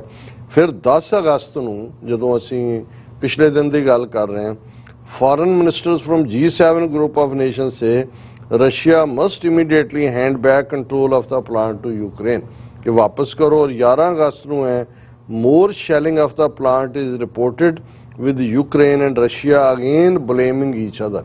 ਹੁਣ ऑक्यूपेशन रशिया ਦੀ है, ਜ਼ਾਹਰ ਹੈ ਕਿ ਜੇ ਜਵਾਬੀ ਕਾਰਵਾਈ ਯੂਕਰੇਨ ਕਰਦਾ ਹੈ ਤੇ ਰਸ਼ੀਆ ਯੂਕਰੇਨ ਨੂੰ ਬਲੇਮ ਕਰ ਰਿਹਾ ਹੈ। ਲੇਕਿਨ UN ਸੈਕਟਰੀ ਜਨਰਲ ਨੇ ਇਸ ਦੇ ਉੱਤੇ ਮਿਸਟਰ ਗੁਟਰੇਸ ਨੇ ਕਿਹਾ urgent agreement is needed at a technical level on a safe perimeter of demilitarization to ensure safety of the area। कि भाई ये कर लो समझौता, नहीं था क्योंकि जो जिस असी चरनोबिल एक्सीडेंट का जिक्र किया है न्यूक्लीयर, वो 1986 ਦੇ ਵਿੱਚ ਵਾਪਰਿਆ ਸੀ और ਹੁਣ ਉਹ ਐਕਸੀਡੈਂਟਲੀ ਹਿੱਟ ਕਰ ਜਾਏ, ਰੌਕਟ ਯੂਕਰੇਨ ਦਾ ਹੋਏ, ਰਸ਼ੀਆ ਦਾ ਮਿਸਫਾਇਰ ਕਰ ਜਾਏ। ਪਰ ਜਿਵੇਂ ਮੈਂ ਪਹਿਲਾਂ ਐਕਸਪ੍ਰੈਸ਼ਨ ਯੂਜ਼ ਕੀਤੀ ਹੈ ਕਿ ਇਹ ਬਾਰੂਦ ਦੇ ਢੇਰ ਦੇ ਉੱਤੇ ਬਹਿਣ ਵਾਂਗ ਹੈ ਕਿ ਮੁਕੰਮਲ ਤਬਾਹੀ ਦਾ ਜਿਹੜਾ ਸਮਾਨ ਤਿਆਰ ਹੈ, ਸਿਰਫ ਉਹਨੂੰ ਇੱਕ ਤੀਲੀ ਲਾਉਣੀ ਬਾਕੀ ਹੈ। ਬਿਲਕੁਲ ਡਾਕਟਰ ਸਾਹਿਬ, ਤੁਹਾਡਾ ਬਹੁਤ ਬਹੁਤ ਸ਼ੁਕਰੀਆ। ਇਸ ਵਾਰ ਲੈਣੇ ਆ ਬ੍ਰੇਕ। ਵਿਊਅਰਸ, ਤੁਸੀਂ ਕਿਤੇ ਨਹੀਂ ਜਾਣਾ, ਮਿਲਦੇ ਹਾਂ ਛੋਟੇ ਜਿਹੇ ਬ੍ਰੇਕ ਤੋਂ ਬਾਅਦ।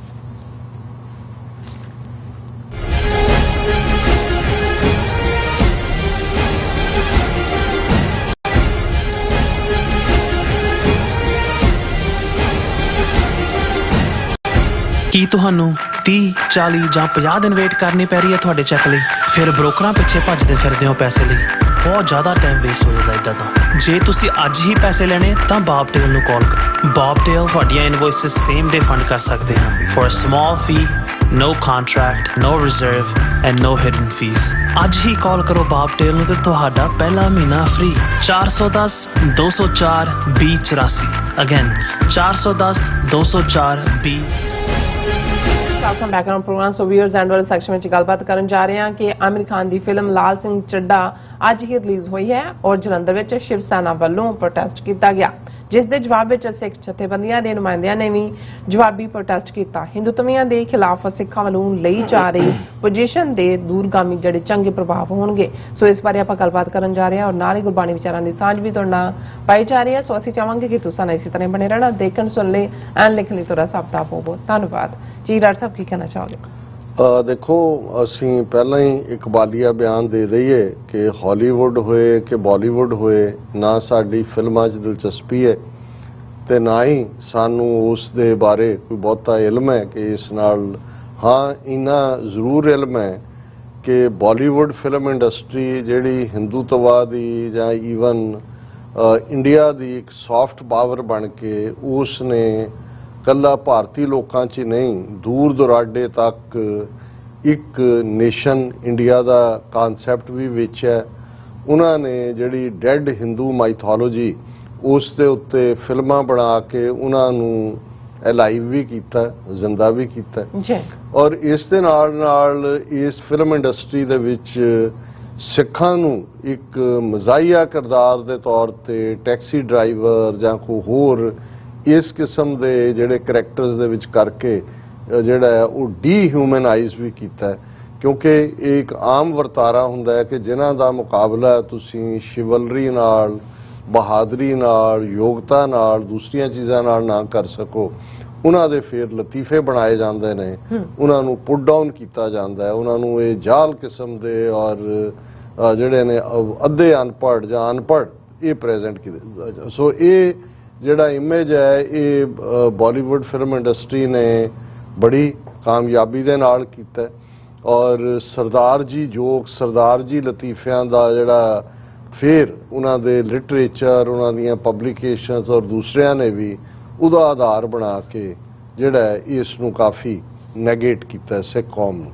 ਅੱਛਾ, ਇਸ 'ਚ ਵੀ ਕੋਈ ਦੋ ਰਾਵਾਂ ਨਹੀਂ ਨੇ ਕਿ ਕਿਉਂਕਿ इस इंडस्ट्री दे विच बहुत सारा काला धन इनवॉल्व सी और एक ज़माने दे विच जे असी बॉलीवुड इंडस्ट्री की गल करिए तो उस दे विच वड्डी इन्वेस्टमेंट फिल्मां बनाण, दूजे तीजे च माफिया ग्रुप, वो भावें कोई हाजी मस्तान का नाम ले ਜਾਂ ਸ਼ਕੀਲ ਮੀਆਂ ਤੇ ਬੜੇ ਮੀਆਂ ਤੇ ਇਹ ਜਿੰਨੇ ਪ੍ਰੋਡਿਊਸਰ ਔਰ ਦੂਸਰੇ ਸੀ ਉਹ ਰਲ ਕੇ ਉਹਨਾਂ ਨਾਲ ਚੱਲਦੇ ਸੀ। ਪੈਸਾ ਵੀ ਉਹਨਾਂ ਦਾ ਲੱਗਦਾ ਸੀ, ਪੈਸਾ ਉਹਨਾਂ ਦਾ ਵਾਈਟ ਹੋ ਜਾਂਦਾ ਸੀ ਤੇ ਫਿਰ ਮਨਮਰਜ਼ੀ ਅਨੁਸਾਰ ਉਹ ਜਿਹਨੂੰ ਚਾਹੁੰਦੇ ਸੀ ਪ੍ਰਮੋਟ ਕਰਦੇ ਸੀ ਔਰ ਬਦ ਅਖਲਾਕੀ ਵੀ ਸਿਰੇ ਤੇ ਹੁੰਦੀ ਸੀ। ਜਿਹਨੂੰ ਮਰਜ਼ੀ ਉਹ ਆਪਣੀ ਚਾਹਤ ਦੱਸ ਕੇ ਜੋ ਮਰਜ਼ੀ ਕਿਸੇ ਨਾਲ ਕਰਨ ਦੀ ਸਮਰੱਥਾ ਰੱਖਦੇ ਸੀ। ਜੀ ਔਰ ਇਹਦੇ 'ਚ ਵੀ ਕੋਈ ਦੋ ਰਾਵਾਂ ਨਹੀਂ ਨੇ ਕਿ 30s ਤੋਂ ਜਦੋਂ ਸਾਇਲੈਂਟ ਮੂਵੀਜ਼ ਤੋਂ ਨਿਕਲ ਕੇ ਫਿਲਮ ਇੰਡਸਟਰੀ ਦਾ ਦੌਰਾ ਸ਼ੁਰੂ ਹੋਇਆ, ਬਹੁਤ ਵੱਡੀ ਦੇਣ ਜਿਹੜੀ ਜੇ ਕਲਾਕਾਰੀ ਦੇ ਪਿੜ 'ਚ ਕਹਿਣਾ ਹੋਏ,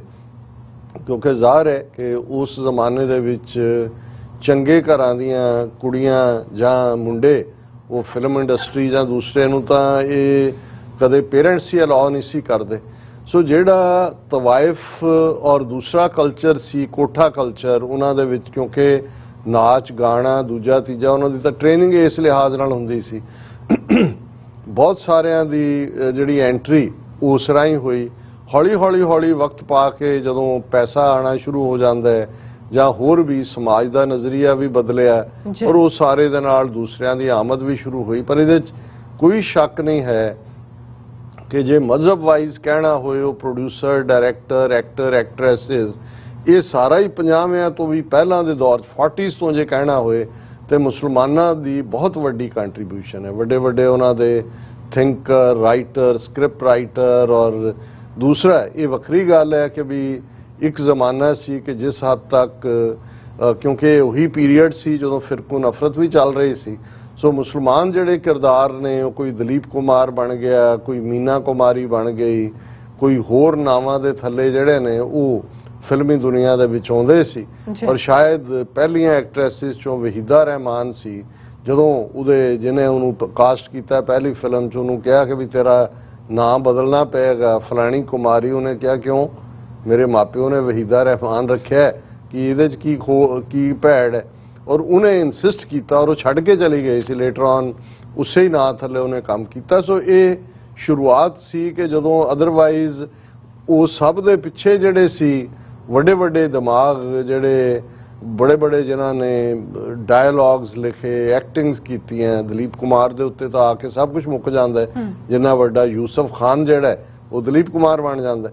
ਲੇਕਿਨ ਉਹਨਾਂ ਨੂੰ ਵੀ ਇਹ ਜਿਹੜੀ ਹਿੰਦੂ ਥਾਟ ਨੇ ਕਬੂਲ ਨਹੀਂ ਸੀ ਕੀਤਾ। ਔਰ ਜਿਵੇਂ ਦਲੀਪ ਕੁਮਾਰ ਦੇ ਦੁਨੀਆ ਤੋਂ ਜਾਣ ਤੋਂ ਬਾਅਦ ਵੀ ਜਿਵੇਂ ਹਿੰਦੂ ਤਵੀਆਂ ਨੇ ਮਿਲਾਈਨ ਕਰਨ ਦੀ ਕੋਸ਼ਿਸ਼ ਕੀਤੀ, ਇਹ ਇੱਕ ਵੱਖਰਾ ਚੈਪਟਰ ਹੈ। ਫਿਰ ਇੱਕ ਪੀਰੀਅਡ ਆਇਆ ਕਿ ਅਸੀਂ ਅੱਗੇ ਵੀ ਜ਼ਿਕਰ ਕੀਤਾ ਸੀ ਕਿ ਭਾਈ ਐਕਟਿੰਗ ਦੇ ਦੌਰ ਦੇ ਵਿੱਚ ਜਿਹੜਾ ਉਹ ਆਮਿਰ ਖਾਨ, ਸ਼ਾਹਰੁਖ ਖਾਨ, ਸਲਮਾਨ ਖਾਨ, ਇਹਨਾਂ ਨੇ ਆਪਣਾ ਜਿਹੜਾ ਉਹ ਸਿੱਕਾ ਮਨਵਾਇਆ। ਜ਼ਾਹਰ ਹੈ ਆਪਣੇ ਚੰਗੀ ਜਿਹੜੀ ਹੈ ਉਹਨਾਂ ਦੀ ਕਾਰਗੁਜ਼ਾਰੀ ਦੇ ਨਾਲ, ਚੰਗੀ ਐਕਟਿੰਗ ਦੇ ਨਾਲ।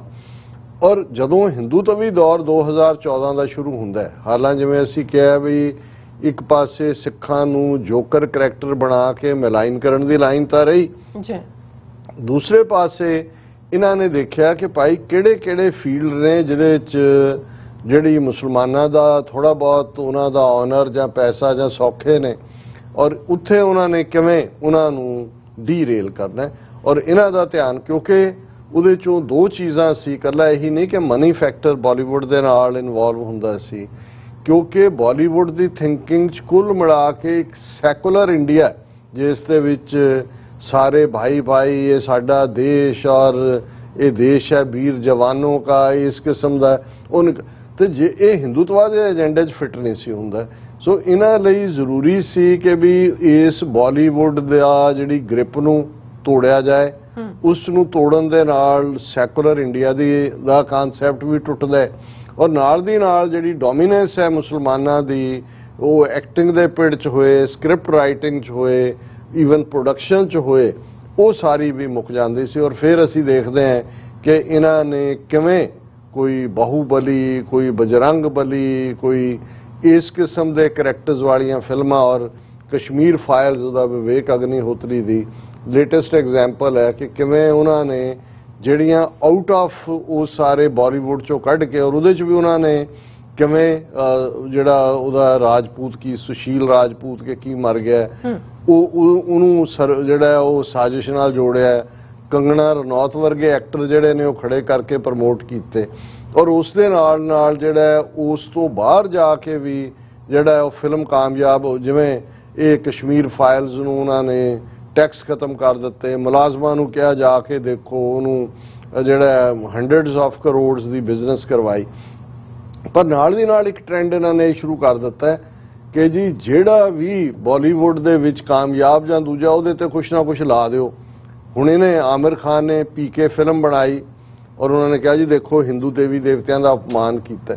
ਹੁਣ ਉਸ ਸਾਰੇ ਦੇ ਬਾਈਕਾਟ ਦੀ ਲਾਈਨ ਤਾਂ ਚਲਾਈ ਔਰ ਹੁਣ ਜਦੋਂ ਕਿ ਇਹਨਾਂ ਨੇ ਇਹ ਦੇਖਿਆ ਕਿ ਭਾਈ ਹੁਣ ਸਾਡੇ ਕੋਲ ਆਪਣਾ ਇੰਨਾ ਕੁ ਅਮਲਾ ਫੈਲਾ ਹੋ ਗਿਆ ਆਪਣੇ ਥਾਟ ਵਿੱਚ ਨਾਲ, ਉਹਨਾਂ ਨੇ ਵੀ ਇਹਨਾਂ ਨੂੰ ਬਿਲਕੁਲ ਬਾਹਰ ਕੱਢੋ। ਇਹਨਾਂ ਤੇ ਨਫ਼ਰਤੀ ਲਾਈਨ ਵੀ ਔਰ ਦੂਸਰੀ ਵੀ ਚੱਲੀ ਔਰ ਆਮਿਰ ਖਾਨ ਦੀ ਇਹ ਜਿਹੜੀ ਪਿਕਚਰ ਜਿਹੜੀ ਲਾਲ ਸਿੰਘ ਚੱਢਾ ਦੇ ਨਾਂ ਥੱਲੇ ਇਹ ਆਉਣ ਤੋਂ ਪਹਿਲਾਂ ਹੀ ਜਿਹੜਾ ਇਹਨਾਂ ਨੇ ਹੈਸ਼ਟੈਗ ਮੁਹਿੰਮ ਚਲਾਈ ਜਿਹੜੀ ਹੈ ਉਸ ਦੇ ਉੱਤੇ ਟਵਿੱਟਰ ਤੇ ਦੂਜੇ ਕਿ ਬਾਈਕਾਟ ਲਾਲ ਸਿੰਘ ਚੱਢਾ, ਬਾਈਕਾਟ ਆਮਿਰ ਖਾਨ, ਕਿਉਂਕਿ ਉਹਨੇ ਜਿਹੜਾ ਹਿੰਦੂ ਦੇਵੀ ਦੇਵਤਿਆਂ ਦਾ ਅਪਮਾਨ ਕੀਤਾ।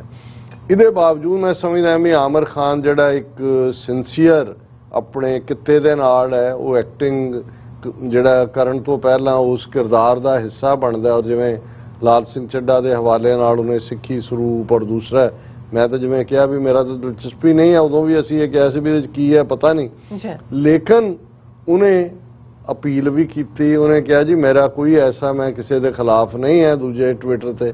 ਫਿਰ ਇਸ ਗੱਲ ਨੂੰ ਉਹਨੇ ਯਕੀਨੀ ਬਣਾਉਂਦਿਆਂ ਉਹਨੂੰ ਵੀ ਇਹ ਨਜ਼ਰ ਆਇਆ ਕਿ ਭਾਈ ਹਿੰਦੂ ਤਵੀਆਂ ਦਾ ਕੈਂਪੇਨ ਤਾਂ ਜਿਹੜਾ ਉਹਦੇ 'ਚ ਤਾਂ ਕੋਈ ਠੱਲ ਨਹੀਂ ਪੈ ਰਹੀ। ਉਹ ਠੀਕ ਕੁਝ ਦਿਨ ਪਹਿਲਾਂ ਦਰਬਾਰ ਸਾਹਿਬ ਦੇ ਦਰਸ਼ਨਾਂ ਨੂੰ ਆਇਆ, ਇਹ ਵੀ ਵੱਡੀ ਜਿਹੜੀ ਹੈ ਖਬਰ ਬਣੀ ਔਰ ਬਲੈਸਿੰਗ ਮਿਲ, ਕਿਉਂਕਿ 11 ਅਗਸਤ ਨੂੰ ਰਿਲੀਜ਼ ਹੋਣੀ ਸੀ। ਹੁਣ ਉਹਨਾਂ ਨੇ ਹਿੰਦੂ ਤਵੀਆਂ ਨੂੰ ਇਹ ਲੱਗਾ ਕਿ ਵੀ ਇਹ ਵੀ ਹੋ ਸਕਦਾ ਹੈ ਕਿ ਵੀ ਕਿਉਂਕਿ ਸਿੱਖ ਕਿਸੇ ਨਾ ਕਿਸੇ ਪਾਸਿਓਂ ਨਾਲ ਖਲੋ ਗਏ ਨੇ ਔਰ ਕਿਰਦਾਰ ਵੀ ਉਹਨੇ ਸਿੱਖ ਦਾ ਜਿਹੜਾ ਲਾਲ ਸਿੰਘ ਚੱਢਾ ਦੇ ਰੂਪ 'ਚ ਨਿਭਾਇਆ ਕਿ ਬਈ ਔਨ ਦਾ ਗਰਾਊਂਡ ਵੀ ਇੱਕ ਡਰ ਪੈਦਾ ਕਰੋ ਕਿ ਬਈ ਕੀ ਹੋਏਗਾ। ਮੈਨੂੰ ਨਹੀਂ ਪਤਾ ਵੀ ਇਨੀਸ਼ੀਅਲੀ ਕੀ ਰਿਸਪੌਂਸ ਹੈ। ਹਾਲਾਂ ਮੈਂ ਇਹ ਦੇਖਿਆ ਵੀ ਜਿਹੜੇ BBC ਦੀ ਸਟੋਰੀ ਸੀ ਇੰਟਰਨੈਸ਼ਨਲ ਰਿਵਿਊ ਲਾਲ ਸਿੰਘ ਚੱਢਾ ਨੂੰ ਬਹੁਤ ਵਧੀਆ ਮਿਲੇ ਨੇ।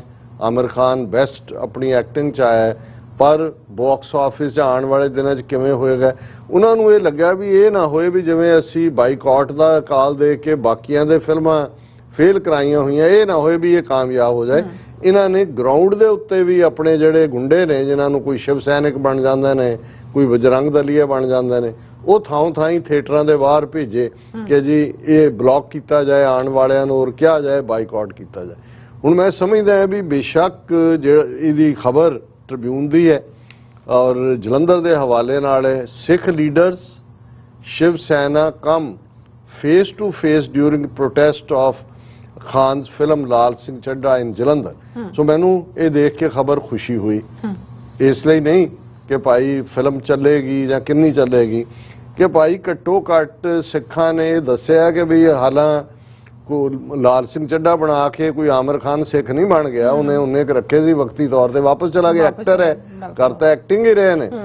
ਲੇਕਿਨ ਸਿੱਖਾਂ ਨੂੰ ਇਹ ਵੀ ਚੰਗਾ ਲੱਗਾ ਔਰ ਅੱਜ ਮੈਂ ਕਿਤੇ ਉਹਦੇ ਉਸ ਫਿਲਮ ਦਾ ਇੱਕ ਸੀਨ ਨਵੰਬਰ 84 ਦੇ ਹਵਾਲੇ ਨਾਲ ਹੈ ਕਿ ਸਿੱਖਾਂ ਦੇ ਨਾਲ ਕੀ ਧੱਕਾ ਹੋਇਆ। ਸੋ ਹਿੰਦੂ ਤਵੀਆਂ ਦਾ ਕੱਲਾ ਟਾਰਗੇਟ ਇਹੀ ਨਹੀਂ ਹੈ ਕਿ ਵੀ ਉਹਨਾਂ ਨੇ ਆਮਿਰ ਖਾਨ ਜਾਂ ਫਿਲਮ ਇੰਡਸਟਰੀ ਦਾ ਥੱਲਾ ਲਾਉਣਾ ਹੈ ਕਿਉਂਕਿ ਮੁਸਲਮਾਨਾਂ ਦੀ ਡੋਮੀਨੈਂਸ ਕੋ। ਉਹਨਾਂ ਨੂੰ ਇਹ ਵੀ ਤਕਲੀਫ ਹੋ ਰਹੀ ਹੈ ਕਿ ਇਹ ਜਿਹੜੇ ਸਿੱਖ ਕਰੈਕਟਰ ਪਪੂਲਰ ਹੋ ਰਹੇ ਨੇ, ਭਾਵੇਂ ਅਕਸ਼ੇ ਕੁਮਾਰ ਵਰਗੇ ਇਹਨਾਂ ਦੇ ਹੀ ਹਿੰਦੂ ਤਵੀ ਬॉय ਜਿਹੜੇ ਨੇ ਉਹਨਾਂ ਨੇ ਸਿੱਖ ਕਿਰਦਾਰ ਹੋ ਕੇ ਪੈਸੇ ਬਣਾਏ ਨੇ ਫਿਲਮਾਂ 'ਚੋਂ ਦੂਜੇ 'ਚੋਂ, ਲੇਕਿਨ ਇਸ ਸਾਰੇ ਪੀਰੀਅਡ ਦੇ ਵਿੱਚ ਸਿੱਖ ਕਰੈਕਟਰ ਦਾ ਪੋਜ਼ਿਟਿਵ ਰੂਪ ਜਿਹੜਾ ਕਿਉਂਕਿ ਸਿੱਖਾਂ ਨੇ ਜੂਨ 84 'ਚ ਆਪਣਾ ਜਲਵਾ ਤਾਂ ਦਿਖਾਇਆ ਹੀ ਦਿਖਾਇਆ, ਜਿਵੇਂ ਬਹਾਦਰੀ ਦੀ ਲਾਈਨ ਹੈ। ਔਰ ਫਿਰ ਕੋਵਿਡ ਦੇ ਚੱਲਦਿਆਂ ਦੁਨੀਆ ਭਰ ਦੇ ਵਿੱਚ ਸਿੱਖਾਂ ਦੀ ਆਨ ਸ਼ਾਨ ਦੀ ਗੱਲ ਹੋਈ। ਸੋ ਇਹਨਾਂ ਨੇ ਆਪਣਾ ਸੌਦਾ ਵੇਚਣ ਦੇ ਲਈ ਜਿਸ ਪੈਸਾ ਉਹਨੂੰ ਲੱਗਾ ਕਿ ਵੀ ਇਹ ਤਾਂ ਜਿਹੜੇ ਮੁਸਲਮਾਨ ਐਕਟਰ ਨੇ, ਜੇ ਆਮਿਰ ਖਾਨ ਇਸ ਕਿਸਮ ਦਾ ਥੀਮ ਜਿਹੜੀ ਆਲਰੇਡੀ ਫਿਲਮ ਬਣੀ ਹੋਈ ਹੈ ਹਾਲੀਵੁੱਡ ਦੀ, ਉਹਦੇ ਕਿਸੇ ਕਿਰਦਾਰ ਨੂੰ ਇਹਨੇ ਨਿਭਾਇਆ ਸਿਰਫ ਸਿੱਖ ਰੂਪ 'ਚ, ਕਿਹਾ ਵੀ ਇਹ ਨੇੜਤਾ ਨਾ ਹੋਏ। ਪਰ ਮੈਂ ਸਮਝਦਾ ਵੀ ਸਿੱਖਾਂ ਨੇ ਵੀ ਇਹ ਦੱਸਿਆ ਕਿ ਕੋਈ ਗੱਲ ਨਹੀਂ ਭਾਈ, ਸਾਨੂੰ ਜਿਹੜਾ ਕੋਈ ਪਾਣੀ ਦਾ ਗਲਾਸ ਪਿਆ ਹੈ ਉਹਨੂੰ ਅਸੀਂ ਦੁੱਧ ਪਿਉਣ ਦੀ ਸਮਰੱਥਾ ਰੱਖਦੇ ਹਾਂ। ਔਰ ਇਹ ਖਬਰ ਹੈ ਟ੍ਰਿਬਿਊਨ ਵਰਗਾ ਜਦੋਂ ਦਿੰਦਾ, ਇਹਦਾ ਮਤਲਬ ਹੈ ਵੀ ਰੀਅਲ ਕੁਛ ਨਾ ਕੁਛ ਇਹਨਾਂ ਨੂੰ ਤਕਲੀਫ ਹੋਈ ਹੈ। tension was witnessed outside MBD Mall in Jalandhar after Shiv Sena activists reached there demanding the star Amar Khan's film Lal Singh Chadda be taken out as the Bollywood star has allegedly insulted Hindu God कि जी इनू दा वो दबाव बनाना चाहते हैं और उन्होंने कहा जी असी किसी मल्टीप्लैक्स ऑपरेटर नू जिहड़ा सिटी च इनू वो नहीं करन देंगे पर उन्होंने कहा the situation became tense when activists of Sikh Talmil committee also reached the mall and countered the Shiv Sena leaders saying they won't tolerate such hooliganism. They said there was nothing objectionable in the movie and boycotting or demanding its ban over a movie that was released some 8 years ago was unjustified.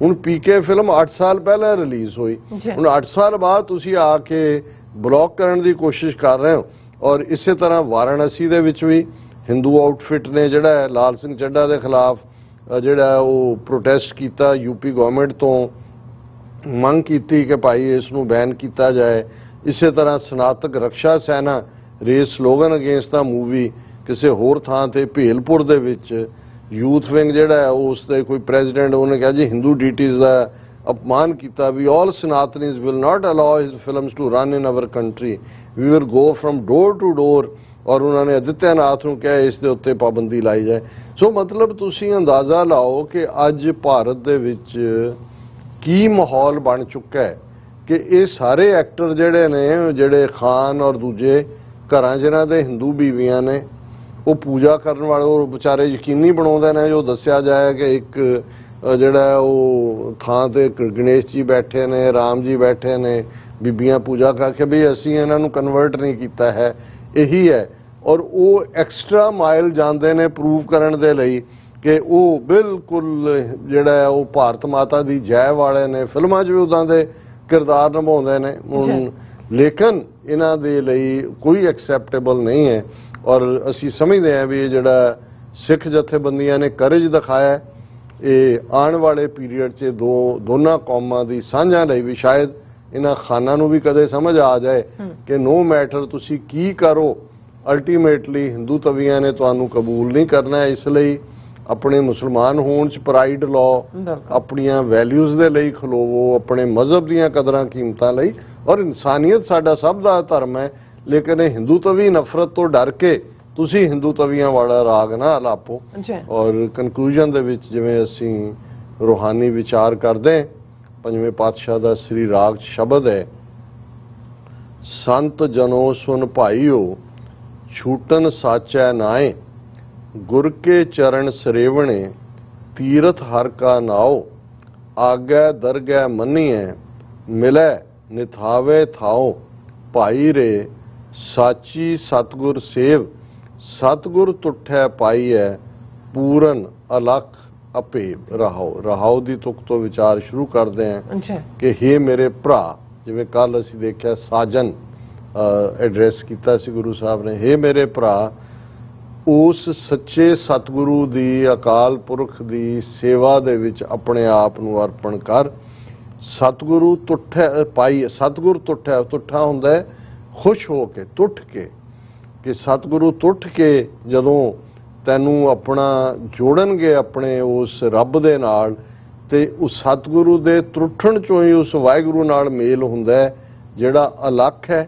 ਜਿਸ ਨੂੰ ਲਖਿਆ ਨਹੀਂ ਜਾ ਸਕਦਾ ਜਿਹਦੇ ਅੰਦਰ ਕੋਈ ਭੇਦਭਾਵ ਨਹੀਂ ਹੈ ਜਿਹਨੂੰ ਜਿਹੜਾ ਮੁਕੰਮਲ ਹੈ ਜਿਹਨੂੰ ਕੋਈ ਦੇਖ ਨਹੀਂ ਸਕਦਾ ਪਰ ਉਹ ਹਰ ਥਾਂ ਮੌਜੂਦ ਹੈ ਔਰ ਸੰਤ ਜਨੋ ਸੁਣ ਭਾਈਓ ਛੂਟਨ ਸਾਚੈ ਨਾਏ ਕਿ ਹੇ ਮੇਰੇ ਭਰਾਓ ਸੰਤ ਜਨੋ ਭਰਾਵੋ ਇਹ ਦੇਖੋ ਕਿ ਇਹ ਜਿਹੜਾ ਮਾਇਆ ਦੇ ਬੰਧਨ ਚੋਂ ਛੁਟਕਾਰਾ ਹੈ ਇਹ ਸੱਚੇ ਨਾਮ ਤੋਂ ਬਿਨਾਂ ਇਹ ਛੁਟਕਾਰਾ ਨਹੀਂ ਹੋ ਸਕਦਾ ਗੁਰ ਕੇ ਚਰਨ ਸਰੇਵਣੇ ਤੀਰਥ ਹਰ ਕਾ ਨਾਉ ਗੁਰੂ ਦੇ ਚਰਨ ਹੀ ਤੀਰਥ ਨੇ ਇਹਨਾਂ ਦੀ ਸੇਵਾ 'ਚ ਲੱਗੋ ਤੇ ਚਰਨ ਕੀ ਨੇ ਗੁਰਮੂਰਤ ਗੁਰ ਸ਼ਬਦ ਹੈ ਸਤਿਗੁਰ ਦੀਆ ਬੁਝਾਇਆ ਜੀਓ ਆਗੈ ਦਰਗਹਿ ਮੰਨੀਐ ਮਿਲੈ ਨਿਥਾਵੇਂ ਥਾਉ ਜਦੋਂ ਤੁਸੀਂ ਗੁਰੂ ਦੇ ਸ਼ਬਦ ਰਾਹੀਂ ਨਿਰੰਕਾਰ ਦੀ ਇਬਾਦਤ ਵਿੱਚ ਜੁੜੋਗੇ ਦਰਗਾਹ ਦੇ ਵਿੱਚ ਰੱਬ ਦੀ ਤੁਹਾਨੂੰ ਮਾਣ ਮਿਲੇਗਾ ਔਰ ਜਿਹੜੇ ਨਿਥਾਵੇਂ ਨੇ ਅਸੀਂ ਨਿਥਾਵੇਂ ਮਾਇਆ ਦੇ ਵਿੱਚ ਫਸੇ ਹੋਏ ਥਾਉ ਸਾਨੂੰ ਮਿਲੇਗਾ ਰੱਬ ਦੀ ਦਰਗਾਹ ਦੇ ਵਿੱਚ